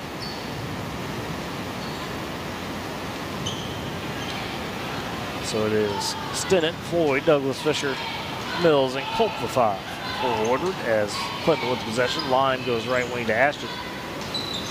Trying to go back up top the line, poked away by Floyd, or excuse me, that was Richin. Floyd trying to track it down deep into the corner, saves it, but goes out of bounds as she was trying to save it. It's a good attempt by Floyd to try to get the steal and score. Clinton essentially keeps possession. As it'll be Lime taking the inbounds pass, working on Douglas Fisher, and a pass swatted by Kaylee Mills, a save by Ashton, but she throws it right to Culp. Culp on the ground, ball still rolling. Now there's three Clinton Tornadoes on the ground for it, and a timeout taken by Coach Jefferson, as I believe it was Lime that was able to get it, and then they were able to take the timeout. Compass Athletics, from sports equipment to championship trophies and everything in between. 2024 Main Street in Woodward, 580-256-7045, and R5 customer embroidery. When you work with R5, you can count on a quick, fun, and enjoyable process with results that consistently exceed expectations. Go chat with their screen printers about customized apparel. 817 Main Street in Woodward, or 580-256-3579. R5 Compass Athletics, powering Boomer Sports this season. Woodward on top 39-16 with 5:12 remaining in the game, looking to go to 8-5 on the season. Be another good start for the Boomers. Last year you had kind of a similar start, but unfortunately that injury to Riley Douglas Fisher really derailed, Eric, what was going to be a stretch run to the playoffs, right? So hopefully you avoid that type of injury this year. Yeah, you know, and again, this is one of those games too, but that I talked about the Boomers having a killer instinct, and you know, these are the games you would like to see them do that, because, you know, we are kind of getting into that stretch of where it's time to make a push and, you know, kind of show what you're made of, as, you know, we're getting close to, you know, where they're going to really start making decisions on districts and things like that. Right. So, you know, whenever you pull up the score and you see it's a much closer game, you know, at the end of the day than it really should be, that, you know, that could negatively affect you when it comes to districts. On the inbounds, a steal by Kaylee Mills. Took it away from Ashton down the right side, and Ashton just fouls her hard. Make sure that Mills can't get the layup. So Mills to the free throw line for 2 shots. Mills had a great first quarter with 11 points. First half, I should say, with 11 points. Now a chance to add to that. She's the only Boomer in double figures so far. As Woodward leads 39-16, 5:05 left in the game. First free throw for Mills. Up and good. She's got 12. The foul, the third on Brooke Heston, as Douglas Fisher will come out. And 5 for the Boomers: Bendel, Ibarra, Mills, Culp, and Floyd. Mills the second free throw, that splashes home as well. Mills with 13 points. Woodward on top 41-16. 5:05 left in the game. Clinton with a little bit of pressure from the Boomers as Ash in the backcourt gives it the line back to Redshin. He's going to dribble across the timeline. Picked up by Floyd. Gets the high screen. Floyd still sticking with her though through it. And out another. They weren't getting an offensive foul here. Okay, I'm about to say, he did point that way and I was worried. I was like, Ashton just, Brooke Ashton picks it up. This will be her third team foul for Clinton in the court. Middle of the backcourt, double team, floats it ahead to Floyd, high left wing. Gets Ibarra on the elbow, dumps it down to Culp underneath left side. Oh, a good block underneath by Redshin. She was able to swat the shot, get the rebound. So Ella Redshin with it across the timeline for Clinton. 4:31 left in the game. Boomers well in control, 41-16. Gretchen will give and go, trying to pass out left wing. It rolls off one of her players. Colt picks it up, feeds it ahead to Floyd, has the 2-on-1, dumps it down to Barra, flies in for the layup. Too strong, or off the left side, I should say. Rebound taken by Clinton and Kirkendall. So working ahead the line, across the timeline. Has it left wing, picked up by Mendel. Has it go to Ashton in the right corner to Redchin. She's got Floyd on her. Just looks like at times the Boomers have cinder blocks on their feet. Yeah. And a little slow moving. And inside pass to Bryant. Clinton, nice ball movement. They get Redchin left baseline for the jumper and in. Redchin with 8 points. With the Clinton 18, 41-18. Boomers lead. 3:40 left in the ball game. As it's Mills, right side, tries to go cross court to Floyd. Bryant stepping in front of it. She's been really good defensively today. Gets down the line on the baseline. Left wing, 3 on the way for Redchin, and she nails it. Ella Redchin with 11. And Clinton back within 20, 41-21 with 3:23 left in the game. Timeout taken, I believe that was on Clinton taking that timeout. Coach Jefferson. Western Drug, 1021 Oklahoma Avenue in Woodward. They've got a friendly and caring staff and a drive-through window. That is really convenient. Always excellent service as well. 580-256-5586. Silly State Bank, they've got a branch now in Woodward. The new location, 2314 Williams Avenue. Silly State Bank Woodward branch offers full-service banking, including personal checking, savings, home and commercial loans, mobile and online banking, and wire transfers, and much more. Silly State Bank, Western Drug, powering Boomer Sports this season. As you know, give Clinton credit. We talked about it. Knew a chance that they would get up for this game, rivalry and all that. Trying to improve the program, at least making Woodward earn it. Although Woodward's been able to keep him at that 20-plus point mark. Second half has definitely been a bit slow on scoring. It was 4-4 in the third quarter, 5-3 here in the fourth, with Clinton leading that. Boomer's out of the timeout with possession as it's right wing to Floyd, and she gets bumped by Bryant. Didn't quite move her feet. Surprising, she's moved him so well on the rebounds. You figure defensively could do it, but she picks up her first foul. yeah, we told kids all the time, use that sideline as an extra defender. Get all the way, get your foot on that sideline. A lot of times when you let somebody go by like that, you have a better chance of getting called for the foul. And Clinton loses Taylor Floyd on the ends bounce pass as Mills spots her in an easy layup underneath for Floyd. Wide open, nobody within 5 feet of her. Floyd with 6 tonight, 43-21. Woodward leads with 2:59 left in the ball game. Slime goes left wing to Bryant. A bar guarding her. Bryant can use the dribble, doesn't. Feeds back to Redchin, top of the key. Goes over the line, directing traffic. Trying to get the offense set. Left wing to Bryant. Dumps it down to Redchin. Trying to do a little give and go there, and pass batted out of bounds by the Boomers. The line the inbounder beneath the right block. They've got a quick substitution for Clinton, as Ashton will come in for Claus.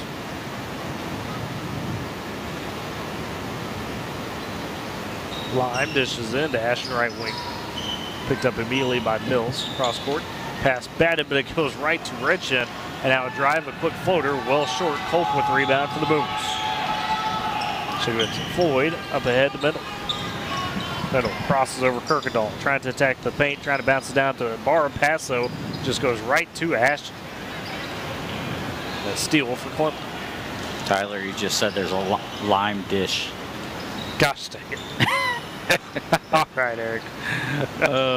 You and your dad jokes over here. Gotta have some fun because this game's kind of struggling. Well, if the game's not the only one struggling.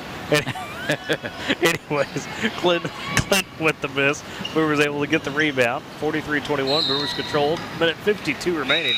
But then Mendel turns it over. Just a bit of a sloppy second half for the Boomers. And finally, 5 on, 5 off there for the Boomers, as we'll see Zoe Chavez for the first time tonight.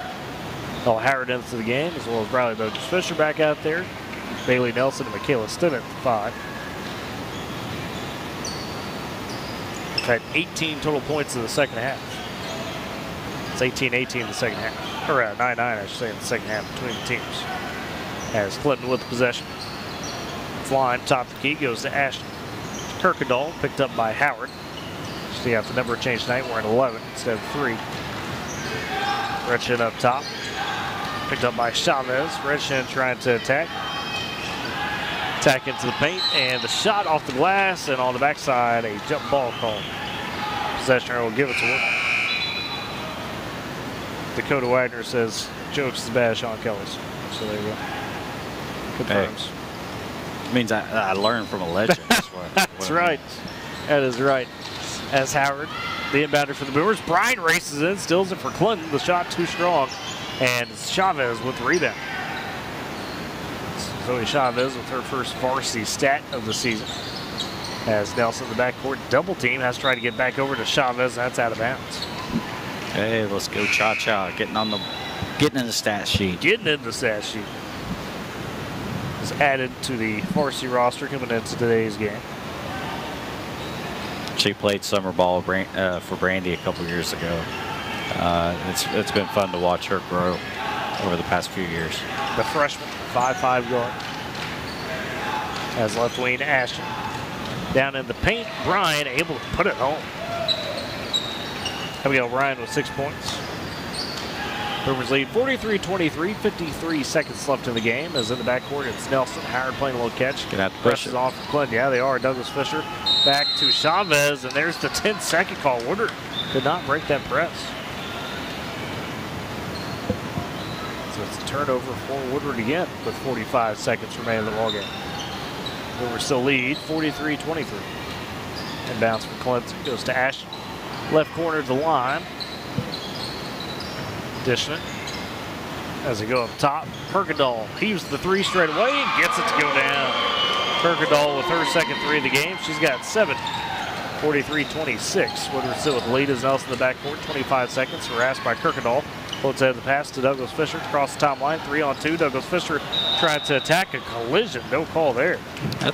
And they'll stay out of bounds off. Oh, finally they got the charge. They did call a charge. I was going to say that's probably a good no call because it looked like there's a lot of contact kind of initiated by both players, but unfortunately they did make the call. Douglas Fisher's third foul the other way. Clinton another 3. Ashton says why not? Hangs the hand in the air. She's got 3.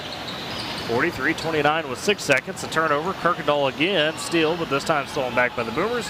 2 seconds. 1. Chavez launches at the buzzer, and that's short. Don't blame her for trying. And Woodward wins it 43-29 over Clinton. They improve to 8-5 on the season due to the Boomers. We'll step aside for break. Look at the post-game stats and get you set for the boys. It's Boomer Basketball on Z92 and Boomer TV. Tired of complicated Wi-Fi management? Go Pioneer Smart Wi-Fi makes it easy. With Go Pioneer Smart Wi-Fi, you can set your Wi-Fi password, view all your connected devices, and even run speed tests all from your phone. Need to set up parental controls? No problem. Simple, smart, secure. Stay connected and in control with Go Pioneer Smart Wi-Fi. Visit GoPioneer.com to learn more. Life never stops moving. Between the 30-minute commutes, daycare pickups, and that weekend trip to Grandma's, you're racking up the miles. What you need is a tire that can keep up, like the exceptionally long-lasting Michelin Defender tire. With an 80,000-mile warranty and the safety you expect, you can lose track of the miles and focus on what really matters, the memories made along the way. Stop in today at 2220 Main in Woodward to see your local Michelin dealer, Pipelines Tire.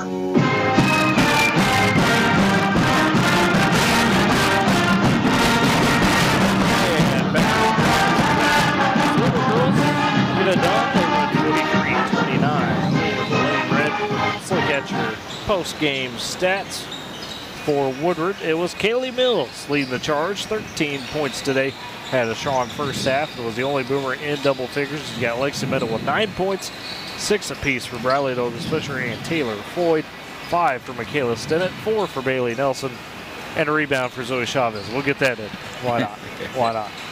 So for Clinton leading the way, it was Ella Retchen ultimately with 11 points, hit 3 threes in the ballgame, 7 for Arlena Kirkendall.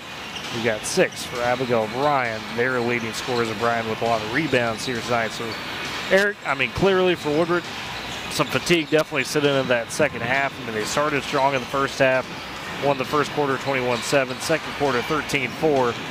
But you tie the third quarter with 4 points apiece, and Clinton actually wins the fourth quarter 13-5. So the Boomers, you can tell, maybe a little gassed out there. And I mean, hey, it's high school, 4 games in 6 days, not the easiest thing. Yeah, it's not the easiest thing, but you know what? That's kind of something you've got to deal with if you're going to kind of take that step as a program.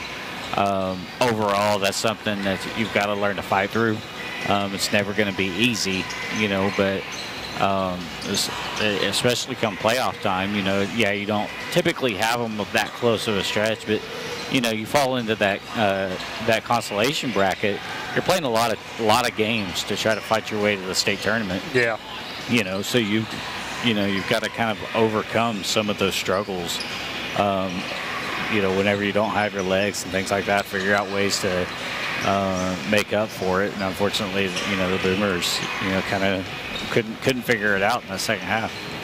That they couldn't. Credit to hungry Clinton squad on that. Boomers, though, still taking care of business, improving to 8-5 on the season for the girls. And I think I'm going to lead the charge on our Bank of Western Oklahoma player of the game. Kaylee Mills came out strong to start the game, able to kind of establish that early tempo the Boomers wanted. Second half, everybody was struggling, but Mills, with her strong first half, able to grab that player of the game, had 11 first quarter points, ultimately finishing as the only Boomer in double figures with 13 points. Kaylee Mills, our Bank of Western Oklahoma player of the game. Bank of Western Oklahoma goes beyond banking no matter where you are. The Bank of Western Oklahoma is always close. Find a location near you at bankofwesternoklahoma.com. So Kaylee Mills, our Bank of Western Oklahoma player of the game. Well, that means the boys, fresh off their first Week Capital Tournament Championship, will try to deal with a hungry, athletic Clinton Red Tornado squad. We'll step aside for break, come back, and break down the X's and O's of that matchup. You're listening to Boomer Basketball on Z92 and Boomer TV. The Bank of Western Oklahoma, we've been a cornerstone of the community since 1908. Being locally owned and operated, we understand the values and the culture that define Western Oklahoma. From supporting local farmers to helping small businesses thrive, we take pride in offering personalized banking solutions that reflect our deep understanding of Western Oklahoma. Discover the difference of a bank that's been by your side for generations. Bank of Western Oklahoma, member FDIC, an equal housing lender.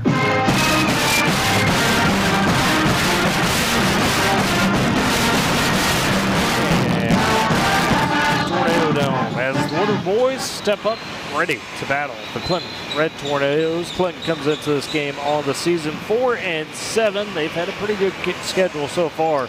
It's included Anadarko twice, Alva, Weatherford, Blanchard responsible for 5 of those 7 losses. And you look at what they bring into tonight. First-year head coach and Mark Cedar had been on the staff as an assistant boys and girls wise, and bringing back some experience as this Clinton squad from last year's group. We've got, of course, led by Aiden Crumley, the senior, standing at 6'2". We've got Ronnie Redshin, the junior, showed some promise last year as a sophomore. Ty Malone, another one of those juniors that showed a bit of promise last year. And then Akis Thompson, a guy at 6'1". He's long, lanky, and a track superstar for Clinton. Really fantastic there, so you're going to have to deal with his abilities. And then also Rufus Whiteman-Ellis stepping up as a senior, able to draw a starting spot. That's the expected starting lineup for Clinton. Last year, 4-22, but they did get a win against Woodward here in the Tornado Dome. Boomers ultimately went 2-1 on the year against Clinton. Boomers are 5-2 against the Red Tornadoes across the last 3 seasons. Clinton boys, similar to the girls, trying to build back up a bit over the last 2 years, coming into this one, to this season, just 7-43 across those 2 seasons. And looking for the Boomers, we mentioned, of course, able to take the Week Capital Tournament Championship, 8-4 on the year now. Freshman Kate Gaines, tournament MVP, averaged 19 points, 8 boards, 3 steals. Carter Reed, also fantastic with 15 a game. He got tournament all-tournament team honors as well. And really, Woodward saved their best for last. Total team effort in that win against Cushing.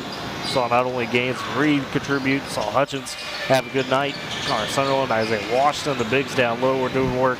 and Connor Price distributing extremely well. So, Eric, we saw the girls with a little bit of dead legs, but I feel like the boys kind of riding on a little bit higher momentum. We'll see if that'll be the case for them. Yeah, you know, and again, it's kind of like what the girls did with what the girls dealt with is how much is fatigue gonna kind of show up. Like you talked about, the girls had a little bit of a longer break. They were, you know, some of them were headed home on the bus at. I'm trying to think, whenever I passed them, a little after 3 o'clock or something like that. While the boys, you know, they probably didn't get home till close to midnight last night, and then they turn around and come down here today. So, you know, how much fatigue are they going to be dealing with? You know, how much are we going to see Carter Reed tonight? You know, he kind of got banged up a little bit over the weekend. You know, and so kind of a little bit of all that. So. That being said, though, the good news for the boys, a little deeper, right? And we've talked about this all season. You can legitimately make a case for about 10 deep for the Woodward boys. So you figure on a night like tonight, you might see a little bit more of a Luke Talley, maybe Grayson Roach catching a couple minutes, just things of that nature for those guys, able to give some proper breathers for maybe your main core. Oh, I see. Sorry, I'm blanked out. Hey, we're all struggling. We're all tired. You're multitasking. You're doing the impressive work. So making sure you get those posts out. But still, we'll see if the Boomers can be able to work those minutes. I mean, Coach Gaines not afraid to kind of mix and match, and she trusts a lot of those kids. Basically, you know, her philosophy is, hey, if you touch the floor, I trust you to do your job. So yeah, and Coach Gaines, she's not going to just throw anybody out there if she doesn't trust them. I mean, that's one thing, you know, about Coach Gaines, is she knows that she's got to get some guys experience, you know, at times. But you know, if she doesn't trust that they're going to, you know, get her into the game or keep her in the game, you know, she's not going to put them out there, and she'll make them earn it in practice and other ways. So, you know, if you're one of these Boomer players, you get on the floor, you gotta take advantage of the time you get. And we'll see if Clinton will have an answer for Kate Gaines tonight. Really, their biggest threat size-wise, Ethan Loafland, the sophomore, 6'4". Thomas, as we talked about, 6'1". He's a little long as well as Crumley. So let's take it over to the PA for your starting lineups tonight.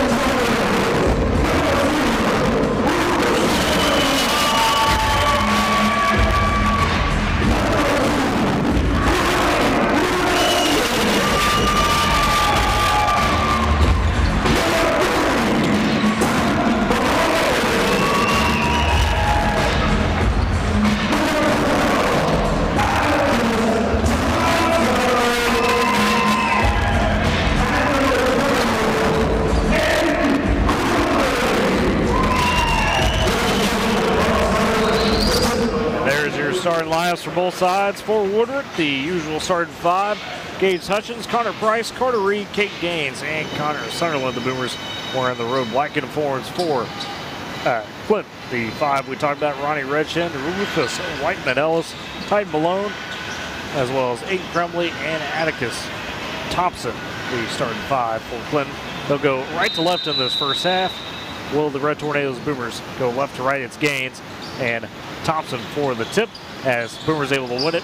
Gets it down to Carter Reed. Reed trying to get it ahead to Price, and that's turned back over for Clinton as they're able to scoop it up. Crumley on the left side. They'll flip it up top to Whiteman Ellis, as they'll work it left side again to Redshin. Corner to Whiteman Ellis. Fast movement. Back right corner. 3 on the way, but too strong. Rebound underneath. Redshin, the shot gains with the board. Pushes ahead down the right side to Reed in the corner. And the paint to Sunderland. Working on Thompson. Double team. Backs it out to Reed. Swing it over to Price left corner. Top to Carter Reed. Looking for Gaines left side. He'll pull up the shot. Hand to the face. Just pops out on the 3. Thompson with the rebound underneath. Scoreless. First 50 seconds of the ball game. Now still by Gage Hutchins. Could change that. Goes for the layup. Gage Hutchins on the board for the Boomers first. So get the steal and the score. 2-0. Woodward on top. 7 minutes first quarter. Well, if you need a spark, Gage is always somebody who's able to give it. Good job by him to kind of poke it away and finish on the other end. It's Clinton with possession. Crumley top key. Attacking on Gaines. Flips in the corner. That's trying to drive is Whiteman Ellis, or excuse me, that'd be Redshin. Too strong on the shot. Gaines able to just pull down on the rebound. Floats it way ahead to Carter Reed. Left side for layup and gets the foul. Carter Reed gets the and 1, and Gaines with the long assist. Just looked like he was throwing a hook shot full court. Just about. So Boomers up 4-0 early, and they get Redshin for the foul. This first. It's Reed to the line after the all-tournament team honors. Yesterday at the league capital makes the free throw. Carter Reed with 3. Boomers lead 5-0 early. Now the pressure on. Crumley in the backcourt. There's a play look catch between Crumley, Redshin, and Malone. Redshin left side. Trying to attack as he gets across the timeline. Back up top to Crumley. To Malone, high top the key. Or to Crumley, left wing. He'll pull the 3 in the face of Gaines, and it just rims out of the 3. Gets saved by Clinton. Works his way to Gaines. He'll drive. Gets the layup over the defender. So Kate Gaines with 2. Boomers on a quick 7-0 run to start this one. 6:05 first quarter. It's Clinton in the backcourt. Malone gets Crumley across the timeline. Back to Redshin in the corner for a 3. His 3 just bit off. Hutchins able to box out and get the rebound. Good rebound by Hutchins. Gets ahead to Carter Reed. Back to Hutchins. Driving to the paint. Floater over. Thompson falls. And Woodward comes out with the head of steam early. Hutchins with 4. And the Boomers lead 9-0. 5:44 first quarter before a timeout by Clinton. M&D Enterprises and Lawnmower Shop. For your best lawn, porch, or patio, M&D and Lawnmower Shop are your people. They carry everything you need to make your greenscape that little piece of heaven you've always dreamed of. Locations in Woodward, Canton, and Weatherford. Smith & Co. Auction and Realty, Oklahoma's real estate and land auction expert. Smith & Co. is your #1 choice for your land auctions and real estate needs. 580-254-3975 or email Ira at smithcorealestate.com. M&D Smith & Co. powering Boomer Sports on KMZ FM Woodward this season. As out of the timeouts, it is Woodward, Clinton with possession. Woodward trying to apply the pressure in the backcourt and a foul on the floor. We'll get Price for his first. Yeah, they're going to get CP with the kind of stuck his hip out there just enough to make contact. Clinton trying to work it ahead. They get to Thompson left side, trying to throw past the paint. Nobody was there, but it worked its way out to Titan Malone. He's got top of the key. Crumley, the swing left side. Redshin tees up 3, hand to the face. That one halfway down on the back iron. It falls eventually. Redshin gets first basket for Clinton. Boomers lead 9-3. Has his Price back the other way. Top of the key. 5:13 first quarter. Reed takes a high left wing. Get the screen from Gaines. Bounces it over to Price. Down inside to Gaines. Rode off the screen. His shot just dribbles out. Rebound works its way though to Gage Hutchins left side. Steps out now, attacks, kicks it to Gaines. Right wing for 3, too strong. Sunderland though with the board underneath and just pokes it back up in there. Sunderland from the right side, his first basket. Boomers on top 11-3. As Redshin takes the inbounds for Clinton. Cross court to Malone, to Crumley as they work the 3-man to try to break the press. They do. As it's fed into the corner for Ringo Kabunda, his first minutes, and a 3 from Thompson from the left side. Way too strong, but a tie-up on the loose ball between Sunderland and Ringo Kabunda. And possession arrow, I believe, is give it to Woodward or is give it to Clinton? No, I think Clinton. it should be Clinton's. Yeah. They were checking. So Clinton keeps possession on the jump ball. As it be Malone, the inbounder for the Red Tornado, trying to get it into the paint. A little kick ball by the Boomers. Yeah, it's kind of unfortunate because Sonny actually had position that maybe get the steal, but CP just kind of stuck his foot out there and kicked it away. Redshin trying to inbound to Ringo. Kabunda stolen away by Gaines. Flips it ahead. Hutchins left side for the layup, and it sticks for Gage Hutchins. He's got 6. Still on the feed by Gaines. Freed that up. Boomers up by 10, 13-3, 4:15 first quarter. As it's Malone on the handle for Clinton. Picked up by Price, and then Malone's pass to Crumley just into the stands before it ever had a shot to get to Crumley. Yeah, Caden was almost got a piece of it, and I think, luckily this situation, glad he didn't, because they just threw it away. So Boomers back the other way with Reed, left wing, gets the screen from Gaines, but throws over to Price right side, down low to Gaines, and challenged by Crumley. Good job, who forces the tie-up jump ball. Boomers, though, keep the possession on the arrows. Crumley met Gaines at the hole.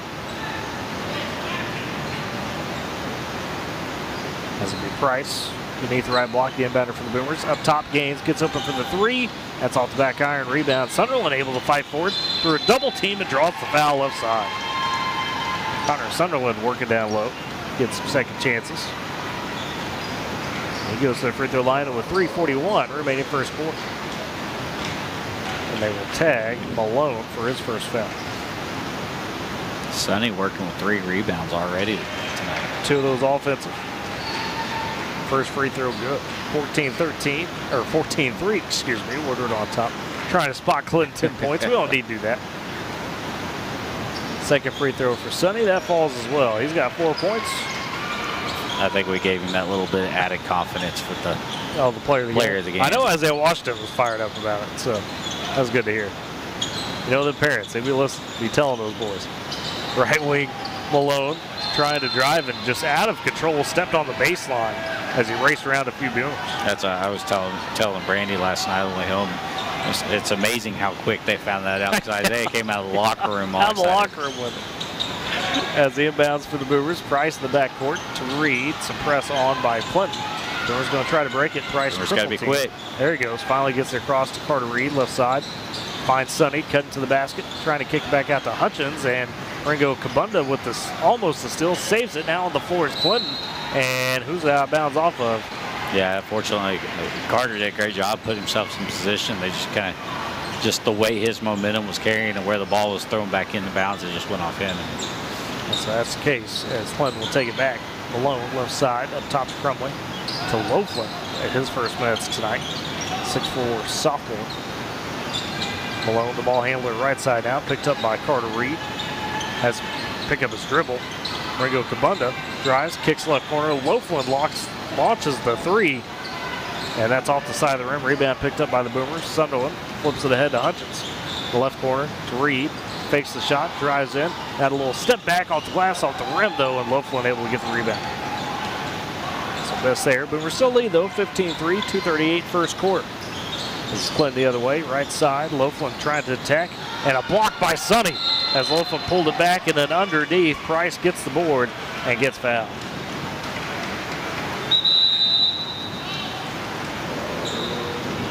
As still catch Ringo Kabunda with the foul. So that's his first. And the team third for Clinton of the court. Boomers the other way, left side, it's Hutchins. Up top to Price, Gaines. So Hutchins, nice floater down at the paint to Washington, but the shot off. Washington gets tripped up on the loose ball. Up frustrated with himself, he missed underneath. Clinton the other way, Loaflin flies in for the deuce from the right side, off the glass. So So 2 points for Loveland. Boomers the other way. Hutchins gets open underneath on the baseline, and he'll answer with the basket. 8 points for Hutchins. Great job by Caden to recognize Gage underneath and made it real quick. Borderline touch pass, but he slung it in there really quick too. 17-5, Woodward on top. Clinton looking for an answer with Malone for three. Pops out. Hutchins able to scoop up the rebound. He'll race ahead. Doesn't quite have the numbers. Doesn't matter. Floats it to the paint. Too strong. And then a foul. And Clinton upset with it, but Gage was flying into the paint with a head of steam, and nobody picked him up. Yeah, that was one of those situations, because even by seeing Gage play, but sometimes he can go, a little too quick and kind of get out of control. I think really his getting a little out of control, moving, kind of falling away from it. They thought they saw the contact causing him to fall there. They got the foul, but I don't think there was much contact there. Maybe not, but we'll take it. It was a foul on Loveland, is what they'll say. Sophomore. Minute 36 remaining in the first quarter. Hutchins at the line for 2 free throws. Has 9 points now as he makes the first in this first quarter. Boomers have come out strong to begin the game. It's a lead 18-5. Hutchins' second free throw. That one, halfway down. It rims out. Washington, though, able to get the offensive board. Goes to Hutchins, left side, gains, and he traveled with it. Pumped at the top of the key, and then took an extra little slide. So it's a turnover for the Boomers, but a nice offensive board by Washington. As Gaines will step out, give way to Colt Moore. Cole Reed also in the game, so you got Carter and Cole Reed, Connor Price, Colt Moore, and Isaiah Washington, the 5 forward. Coach Uribe over there is kind of giving Gaines the shoot signal. Go ahead and pull it up. Yeah. He was wide open. As Clinton the other way, Malone dumps down to Loveland left block. His shot too strong. Good defense underneath by Washington. Poked out of bounds. Last touch, they say, by Clinton. Boomers get it. Cole Reed will inbound it to Connor Price. Facing some pressure. Sees the double team. Pass a little high. Tipped by Crumley and picked off eventually by Loveland for Clinton. He's back the other way. It'll be Redshin trying to get him to Peyton Thompson, showing his athleticism with the lead to save that one. Working back out. Straightaway three by Redshin falls. His second of the first quarter, and it's 18-8. Boomers lead by 10. 55 seconds remaining in the frame. Right wing Price for the Boomers. Sized up by Redshin. Swing it over to Colt Moore, left corner. Up top to Carter Reed. Sees that double team. Right side to Price. In the corner to Cole Reed. Back over to Price with 39 seconds left in the quarter. It's Carter Reed left side to Price. Top of the key, guarded by Redshin. Malone also harassing now on Carter Reed, who takes it from the left side. Boomers working the perimeter. Letting this clock drain down this first quarter. 23 seconds remains. Boomers lead 18-8. And now Carter Reed just content to hold it near the Clinton logo. Standing on it, I should say. 13 seconds. It's blown on him. Gets a high screen from Colt Moore, and then an offensive foul on Moore, and that was a little rough. I think Malone sold that one more than there was movement by Colt Moore. So Colt Moore picks up the offensive foul, unfortunately, for the Boomers, with 7 seconds remaining in the half. We'll give Clinton the chance as they trail 18-8, but the pass stolen by Moore, and then flips, tries to get to Cole Reed at the free throw line in 5 seconds. That's batted. Eventually picked up on the ground by Malone, who heaves it at the buzzer nearly full court, and that banks off the glass. That's how we end the first quarter as Woodward controls 18-8 over Clinton after the first. Step aside, you're listening to Boomer Basketball on Z92 and Boomer TV.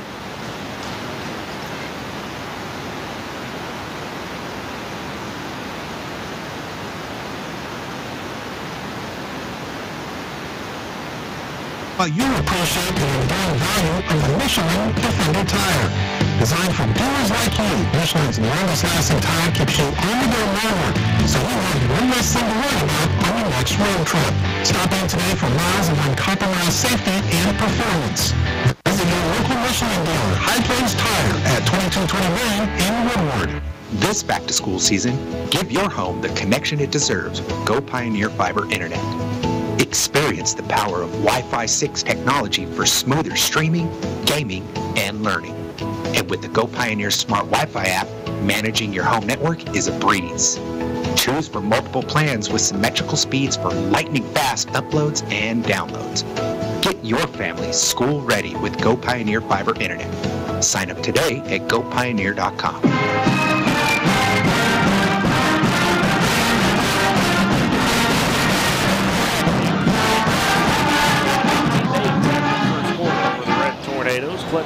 possession to start the second quarter. So inbound it to Loafler on the left wing. We'll hand off to Malone, who will lead the offense. Top key gets the screen. Sends it over to Crumley, left corner. Guarded by Gaines is the senior Crumley. Calmly with the dribble. Crumley, look at the size of Gaines. Now attacks left side, dumps it down to Thompson, but Sunderland got a hand on it. Price comes up with it. They flipped ahead to Hutchins, right side for the layup, and gets it to go. Gates Hutchins with 11 to begin the ball game for the Boomers of the 20. That's Clinton back the other way. It's Malone, a high right wing, picked up by Hutchins. Top to Crumley, looking to pass. Gaines on him. Crumley feeds it to Thompson, left elbow. He's double teamed. Finds Redchin, free throw line, pulls up and nails the jumper. Ronnie Redchin with 8 points of the 10 for Clinton.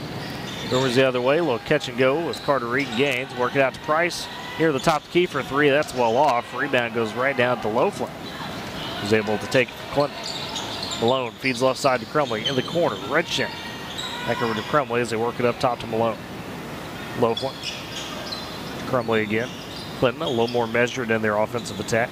20-10, Woodward leads. 6:44 remaining in the first half. On the right corner, it's Crumley again, guarded by Gaines. Not wanting to use that dribble right now is Crumley. Shying away from going at Gaines. Is Redshin top the key with it. Crumley takes it, look at the pass, left wing to Thompson. Clinton just working the perimeter right now. Not much doing inside as they got Loaflin posted up down there on Carter Reed. Thompson able to drive baseline, gets by Connor Sunderland. The patient possession pays off for Clinton as Thompson comes up with the bucket. Boomers quickly the other way. Sunderland in the paint trying to make a move and gets it to stick off the back iron. Good move by Sonny. He got that to go in with the angle he was shooting from. That's tough. 6 for Sunderland this first half. Boomers back up by 10. 22-12, 5:55 left first half. As Malone top of the key. Looks back to Coach Cedar, gets the call.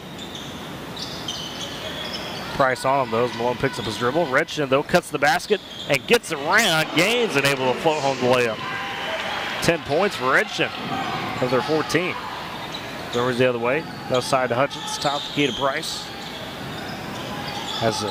Had picked up his dribble. Now gets it right way to Carter Reed. Resets back to Price.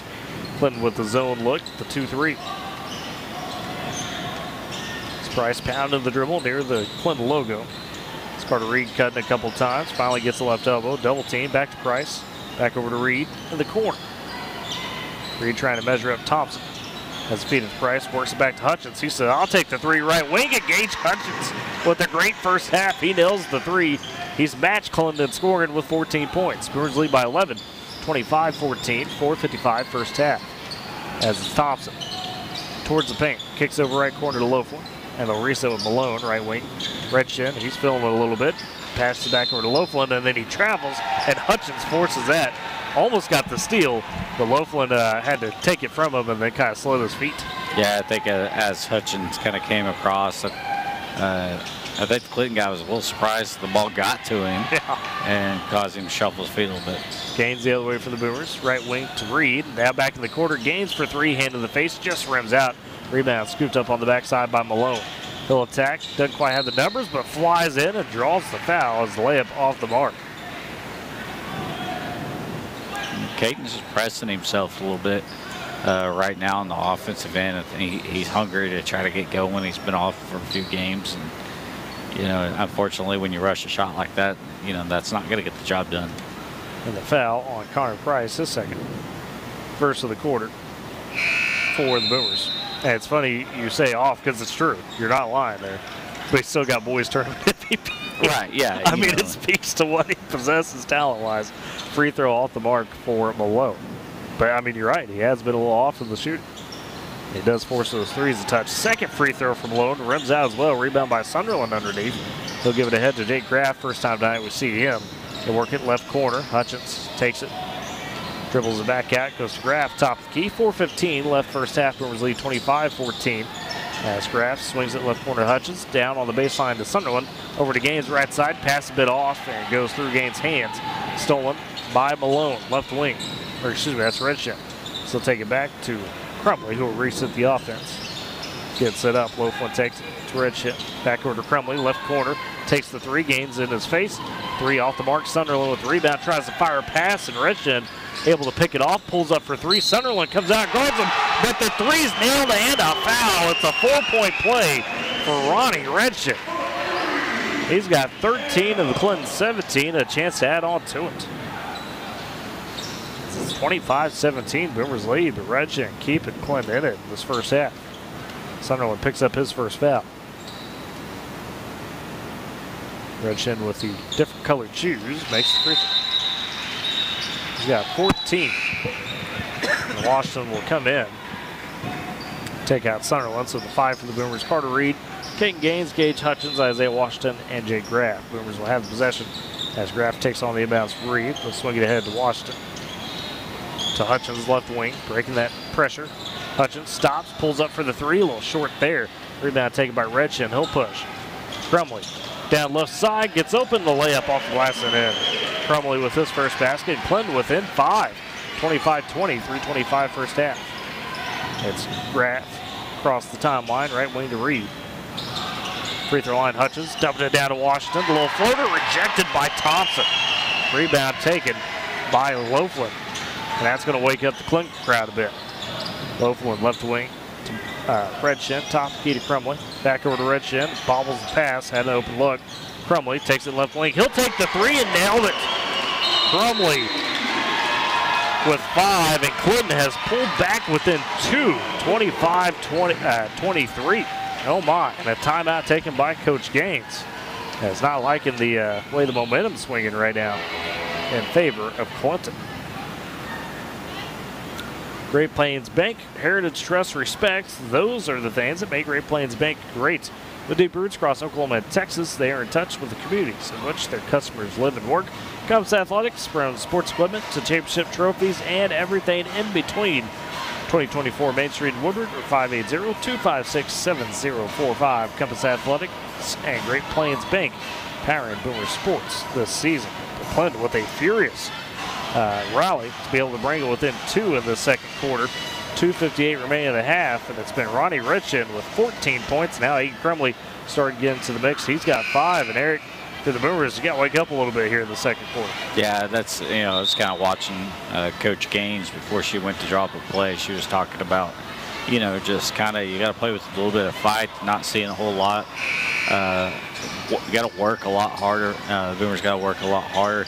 They're kind of moving and getting into that mode we talked about where, they kind of get going too fast and not playing within themselves and letting the game happen. So they need to kind of slow down a little bit, be a little smarter, and move their feet a little bit better on the defensive side too. Hutchins has kept the Boomers live with his 14 points. He's got on the left wing. Goes to Washington on the elbow, dumps down to Hutchins on the baseline. The floater, a bit strong. Rebound fought for Graff, able to collect it, but then they say out of bounds by Graff. He stepped on the baseline. So Jay Graff unable to save it. Goes back to Clinton. Good look for Hutchins, just didn't fall. Red Tornado the other way with Malone, top key, guarded by Hutchins. Beats Crumley. Right side to Loafland, picked up by Washington. And gives it back to Malone, right wing. Crumley tees up another three, gains at his face. That one rims out, rebound underneath by Washington. So feed it ahead to Graff in the corner to Hutchins' right side. Top key, Carter Reed. So he's picked up by Redchin. Reed on the dribble, sees that double team, goes to Graff, left side. Works back up top, checks by Malone. That's Redchin on him as well. Reed takes it below the free throw line, pulls up for the jumper, rims out, rebound tipped out. Hutchins gets it, dumps it down to Washington. His shot affected in a miss, and Clinton able to come up with the rebound as Malone gets it underneath. So Clinton with a chance to tie, take the lead again as they trail by 2, 25-23. It's been a quick 9-0 run for the Red Tornado. Crumley trying to get it inside and can't handle the pass from Thompson. So a turnover by Clinton the other way as Washington will step out, Sunderland back in. It's Carter Reed, Jay Graff, Caden Gaines, Hutchins, and Sunderland the 5. Inbounds for Reed, goes to Sunderland. Put ahead to Graff left side, and they're missing guys there cutting across, and Hutchins and Gaines. As Graff takes it left wing, picked up by Redchin. Back over to Hutchins, left wing. Up top to Graff, minute 25 left and a half. Boomers lead by 2, 25-23. Gaines right side, just flips it in the corner to Reed. Clinton playing some tight defense. Hutchins double team down low to Reed. Top key, Graff tees up to 3 straight away. Just rims out. Rebound taken by Loveland underneath for Clinton. Boomers struggling with this Clinton zone they got going on right now. They're struggling, finding open shots, finding the holes in the zone. Right side, Crumley. He'll take the 3. Gains in his face again. Doesn't matter. Crumley, another 3. And Clinton has pulled back ahead, 26-25. It's an 11-0 run. Excuse me, 12-0 run. Gains the other way, just outside the left block. Rims out. Rebound able to be scooped up by Redshin. 41 seconds left in the first half. Clinton with a big second quarter right now as they lead in the quarter 18-7. 26-25. Crumley drives into the paint, flips it into Thompson, and he draws the foul going for the shot.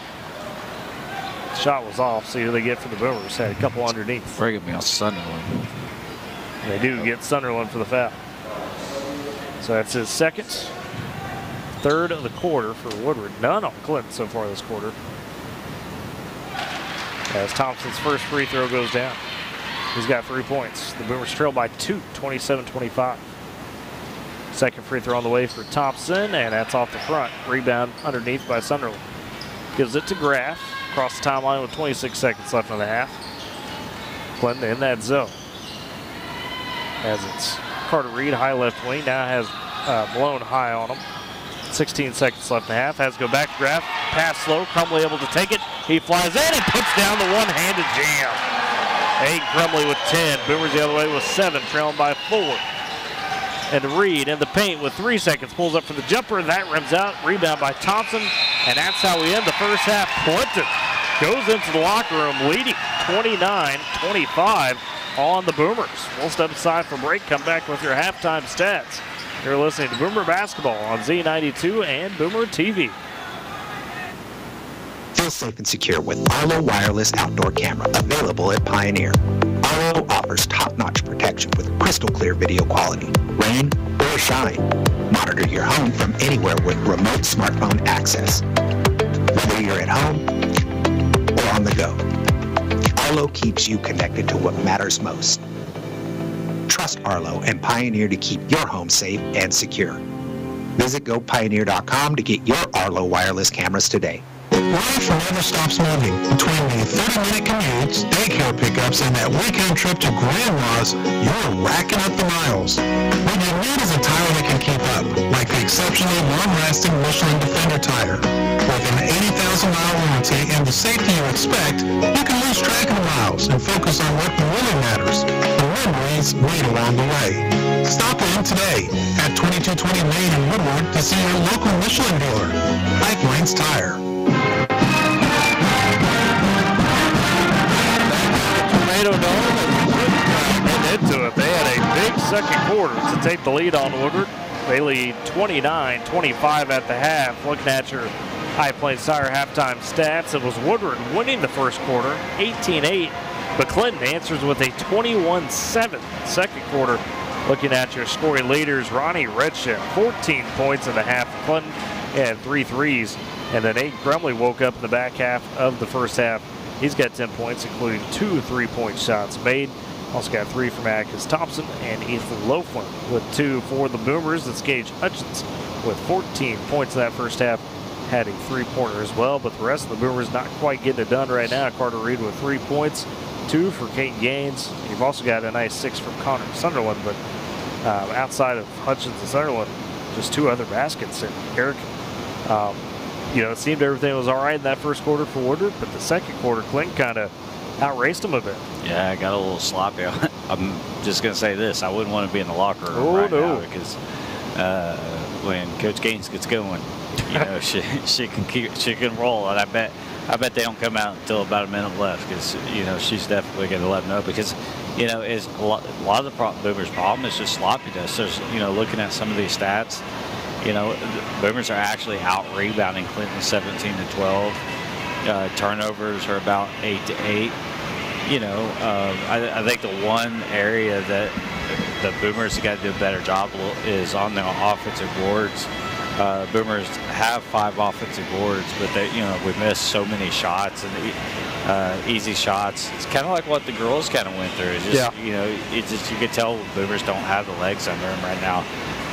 Looking at some of the rebounding numbers, Sunderland has 7 boards already. He has, 7 of the 17 boards that Boomers have. And we talked about Boomers at times to move the ball really well. They pick up a lot of assists. Gaines has 4 assists, but there's Hutchins and Price are the only other 2 people with assists. And then, Boomers typically do a good job of forcing turnovers and getting steals in that process. But, even that's kind of been down tonight. So, I think we're seeing the kind of that struggle from the fatigue, probably.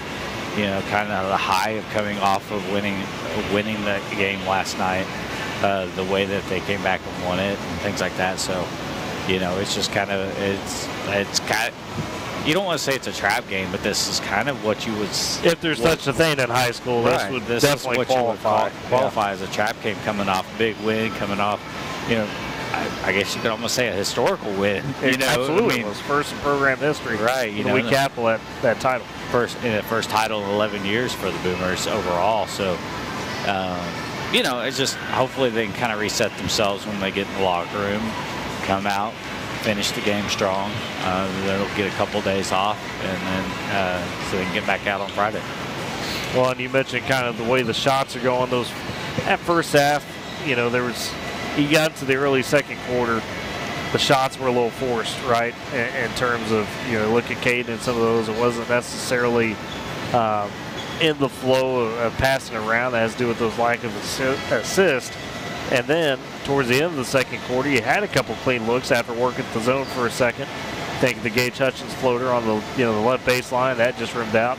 And then honestly, Jared Graff had a clean look, top the key, and just couldn't get the 3 to go. So that combination kind of led to a little bit of that drought there at the end of the second quarter. Well, and we've talked about a lot how balanced sometimes the scoring can be. Yeah. Sometimes outside of games when he's hot, and he's Sure. he's going to get the shots. But tonight he's hot when he's not. Sorry. Right. Get that one in.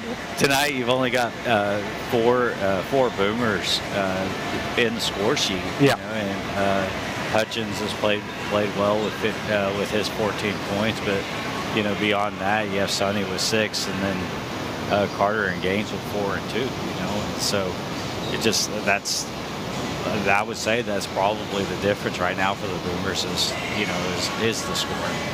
That first half recap and the stats. Oh man, it's 4 games. Everybody's off. Everybody's off tonight. So as your High Plains Tire halftime stats, visit High Plains Tire, 2220 Main Street in Woodward is where your dollar goes further.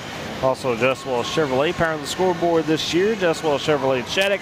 It's where honesty is not just a word; it's how they drive every deal. Visit JustWellChevrolet.com. Call them 580-938-2122 and Pioneer. Unleash tomorrow's potential with Pioneer Fiber and get speed and reliability. Surf, stream, and stay connected with Pioneer Fiber. So, Boomers trail 29-24 to the rival Clinton at the half. We'll come back, see what keys we can look at for the Boomers to try to push ahead in the second half and keep their hot streak going. You're listening to Boomer Basketball on Z92 and Boomer TV. Bank of Western Oklahoma, we know what it takes to keep your farm running smoothly. Our experienced lenders understand agriculture and offer competitive loans for real estate, livestock, equipment, and more. We are locally owned and invested in our communities, making decisions that benefit you quickly. Bank of Western Oklahoma, the bank that works as hard as you do. Member FDIC, an equal housing lender.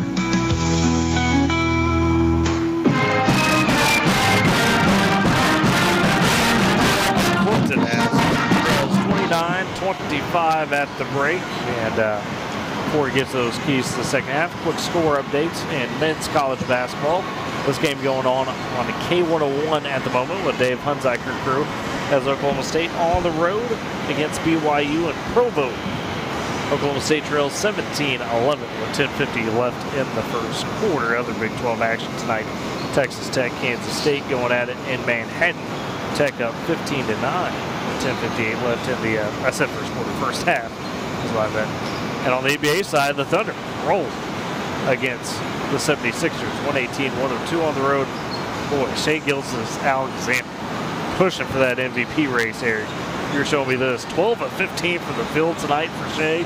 32 points, 9 rebounds. Ooh, man. Jalen Williams also with 24. And Casey Wallace, 18 tonight. So, man, Thunder don't even have Chet. Once they get Chet, it's on. It feels good to kind of get back into this whole, expecting the Thunder to win thing. I've always said, in Presti, I trust. And hey, he did it again. He do both. I'd write that man in for the presidential election right now. He did it. He's done it yet again. Set the Thunder up well. And again, he saw something in Shea that a lot of people didn't see. And Shea was above average player. He had a good start to his career, but he didn't scream MVP candidate. Right. But and something about them, something about guards who can score, and and the Paycom Center. It just good works. Things come out. It just works. That's right. With the exception of Chris Paul, he was an assistant. Anyway, I said 1 minute. Look where the Boomers are at. 1 minute. There you go. And that's the thing is we know Coach Gaines. She's in there. She probably let him have it. Oh yeah. She will take as long as she needs, but I guarantee you, she probably also was building them up as much as she could to kind of give them a little bit of confidence. Kind of, hey, shake it off. Let's go out. We know we're a better team than them. Let's go out and take care of business. Speaking of better teams, the OSU women in action gets Houston tonight as well. Not the better team tonight so far. Houston up 62-44 in the fourth quarter. 9:45 left. Oh, OSU women in trouble. Just got into the rankings. I know, that's what I was about to say. Just got in the rankings. So Boomers start with the possession to begin the second half. As it's Gaines inbounding to Price. Boomers working right to left in front of us. So we're up top behind the scorer's table. Left wing, it's Reed. Shows Price in the corner. Trying to back it out. Clinton sticking to that 2-3 zone. It's been effective so far, at least in the second quarter on. As Reed takes the hand to Gaines, left side, sees the double team, feeds back to Reed, tries to dump it down to Hutchins, and Crumbly reads the pass, knocks it out of bounds. Yeah, until the Boomers can shoot them out of it, there's no reason to come out of that zone. They haven't so far. 3, I believe, has not gone down for the Boomers yet at the game. Out of the inbounds, Reed able to get just beyond the free throw line, wide open, misses. Rebound though by Hutchins, flips it over to Sunderland, shot blocked, and Clinton able to come away with it. 7:24, third quarter. Clinton on top, 29-25 over the Boomers. Crumbly top the key. Loveland right side. Redshin back up top, picked up by Carter Reed. Redshin gets called from Coach Sider. Boomers do have 1 3 tonight. Oh, got one. Okay, that's right. Hutchins did get one. There you go. Still. It's been rough. Low top of the key. Some bit dish to Thompson, working on Price. Flies by him. Shot though too strong. Price able to take the rebound. Ahead to Reed. To Hutchins. Back to Price left side in the corner. Hutchins attacks into the paint. Flips it to Gaines. In the corner. Right side to Carter Reed. Sees the double team coming. So he'll get out of there. Free throw line. Price trying to work it. And trying to get Gaines running along the baseline. Stolen away by Crumley. Stepped in front of it. Long pass down to Malone right corner. He'll control it and then back it out. Goes up top to Crumley again. Left wing, Loveland in the corner. Redshin launches 3-hand to the face. Hutchins on the fist, but Thompson, the rebound, gets the second chance. Goes up top to Malone. Left wing, Loveland takes the open 3, and that rims out. Rebound by Hutchins finally on the backside for the Boomers. They'll try to push a little bit. Finds Price left side. But sticking to that zone, able to get back into it despite the miss and the run by the Boomers. 29-25, Woodward trails by 4. 6:05 third quarter. It's Gaines, right wing. In the corner to Hutchins, back on the left side as they go cross court. Gaines able to take the free throw line, left corner. Reed takes the 3, just a bit off. Sunderland floats in for the rebound, but lost it off his foot. Good rebound by Sunderland over Thompson, but just couldn't control it. Yeah, tough turnover. He did a great job of getting himself kind of in position to get that rebound. As he came down with it, just dropped it right on top of his foot. We'll see a Reed for Reed. Carter Reed comes out, Cole Reed in. As it's Clinton with possession of the backcourt. Crumbly, and stolen away by Reed on the pass to Gaines, and tried to pass it back to Reed. Didn't go up with it. And now steal by Clinton. They float ahead to Malone, and that's thrown into the Clinton student section, so a little bit chaotic there. As Clinton got the steal, but they couldn't control it themselves for anything. It's kind of surprised Gaines didn't want to attack Crumble. Woodward will take it back. It's Coley bring it up the floor for the Boomers across the timeline. In that high zone, Gaines with the screen. They go right side to Price on the wing in the corner. Hutchins back over to Price. Hutchins playing a little catch in the corner. Hutchins can use the dribble as Crumley on him. Finds Gaines open. Right elbow for the jumper, and that sticks. Kate Gaines needed that one. He's got 4 now. Held to just 2 points in that first half. Woodward back within 2. 29-27. The press could get stood up a little bit. That's Crumley in the backcourt. Count is on. Gaines at him. Guard. Crumley still in the backcourt. Finally ahead to Redshin. And yeah, Coach Sider went to the timeout before it got a little too close for comfort on the count. R5 customer Gordy. When you work with R5, you count on a quick, fun, and enjoyable process with results that consistently exceed expectations. Go chat with their screen printers about customized apparel. 817 Main Street, Woodward, or 580-256-3579. Western Drug, 1021 Oklahoma Avenue. They've got a friendly and caring staff and a drive-through window that is awfully convenient. Always excellent service as well. 580-256-5586. And Salient State Bank now with a branch in Woodward, the new location, 2314 Williams Avenue. Salient State Bank Woodward branch offers full-service banking, including personal checking, savings, home and commercial loans, mobile online banking, wire transfers, and much more. Salient State Bank, Western Drug R5, powering Boomer Sports this season. As out of the timeout, Clinton with possession. He's on the right wing, trying to attack his Loeflin. His shot missed. Sunderland able to come up with the rebound. As the Boomers push ahead to Gaines, attacking to the basket, gets it off the glass and in, right side. Gaines with 6, and the Boomers tied up 29 all, 4:40 left third quarter. That's Crumley in the backcourt for the Red Tornado. Sees the double team. Cross timeline, Price able to steal from behind, but then got hit by his own player in Gaines, who almost fell down and was poked out of bounds. Taken away from Price as it's last touched by Clinton. Bit of an odd situation there. Good steal from Price, but got trapped up almost by his own player. So Boomers have it. Price gives it to Gaines. Top the key. Back right wing to Price. Redshin on him. Price tries to bounce the baseline to Hutchins, and then underneath a loose ball foul on the Boomers as it was tipped around. And they'll get Gaines. That's only his first. First of the quarter for either team. Clinton take the possession back. Tied up with Woodward, 29 all. Crumley in the backcourt. Counts is on. Gaines on him. Crumley trying to work it in, and Gaines just rips it away from him. Gaines goes for the dunk, and a foul by Crumley as Gaines misses the dunk, but Crumley fouled him harder. Sure, that didn't happen. So Gaines with the steal, able to draw the foul. Yeah, Gaines played with a lot more patience overall this half, and that's what what the Boomers going to need out of him is just to be patient, let things happen. And we know that's not always easy for a freshman. We've seen it at times for him. 7 points for Gaines as he makes the first free throw. Well, and honestly, that's the Boomers as a whole struggle with patience. Second free throw for Gaines, a bit too strong. Rebound by Redshin. So he splits the pair. Woodward though takes the lead again, 30-29. As it's below in the backcourt, gives it ahead to Crumley left side. He tries to attack, floats it to Thompson, who flies in for the layup. So a little lob to Thompson. He's got 5. Clinton back ahead, 31-30. Boomers the other way. Price at the Clinton logo, setting up the offense. Cole Reed gets it on the right wing. Fires it to Price in the right corner. Pass a little off. Price able to get it back. Crumley on. Now able to dribble out of it. Attacks to the paint. Hutchins flies in. Mishandles the pass, but able to collect it and put it in from the left side. Hutchins with 16. Of the Boomer 32. Woodward retakes the lead, 32-31. Clinton the other way. Loeflin down the right side. Feeds it to Malone on the wing behind him. Now he's double teamed. Price able to poke it, and Malone on the ground. So are Price and the Boomers. Do they grant the timeout to who? No, I don't think they granted the timeout. What jump ball? Okay. Jump ball, possession arrow. Keeps it with Clinton. Coach Gaines was trying to get the timeout to no avail.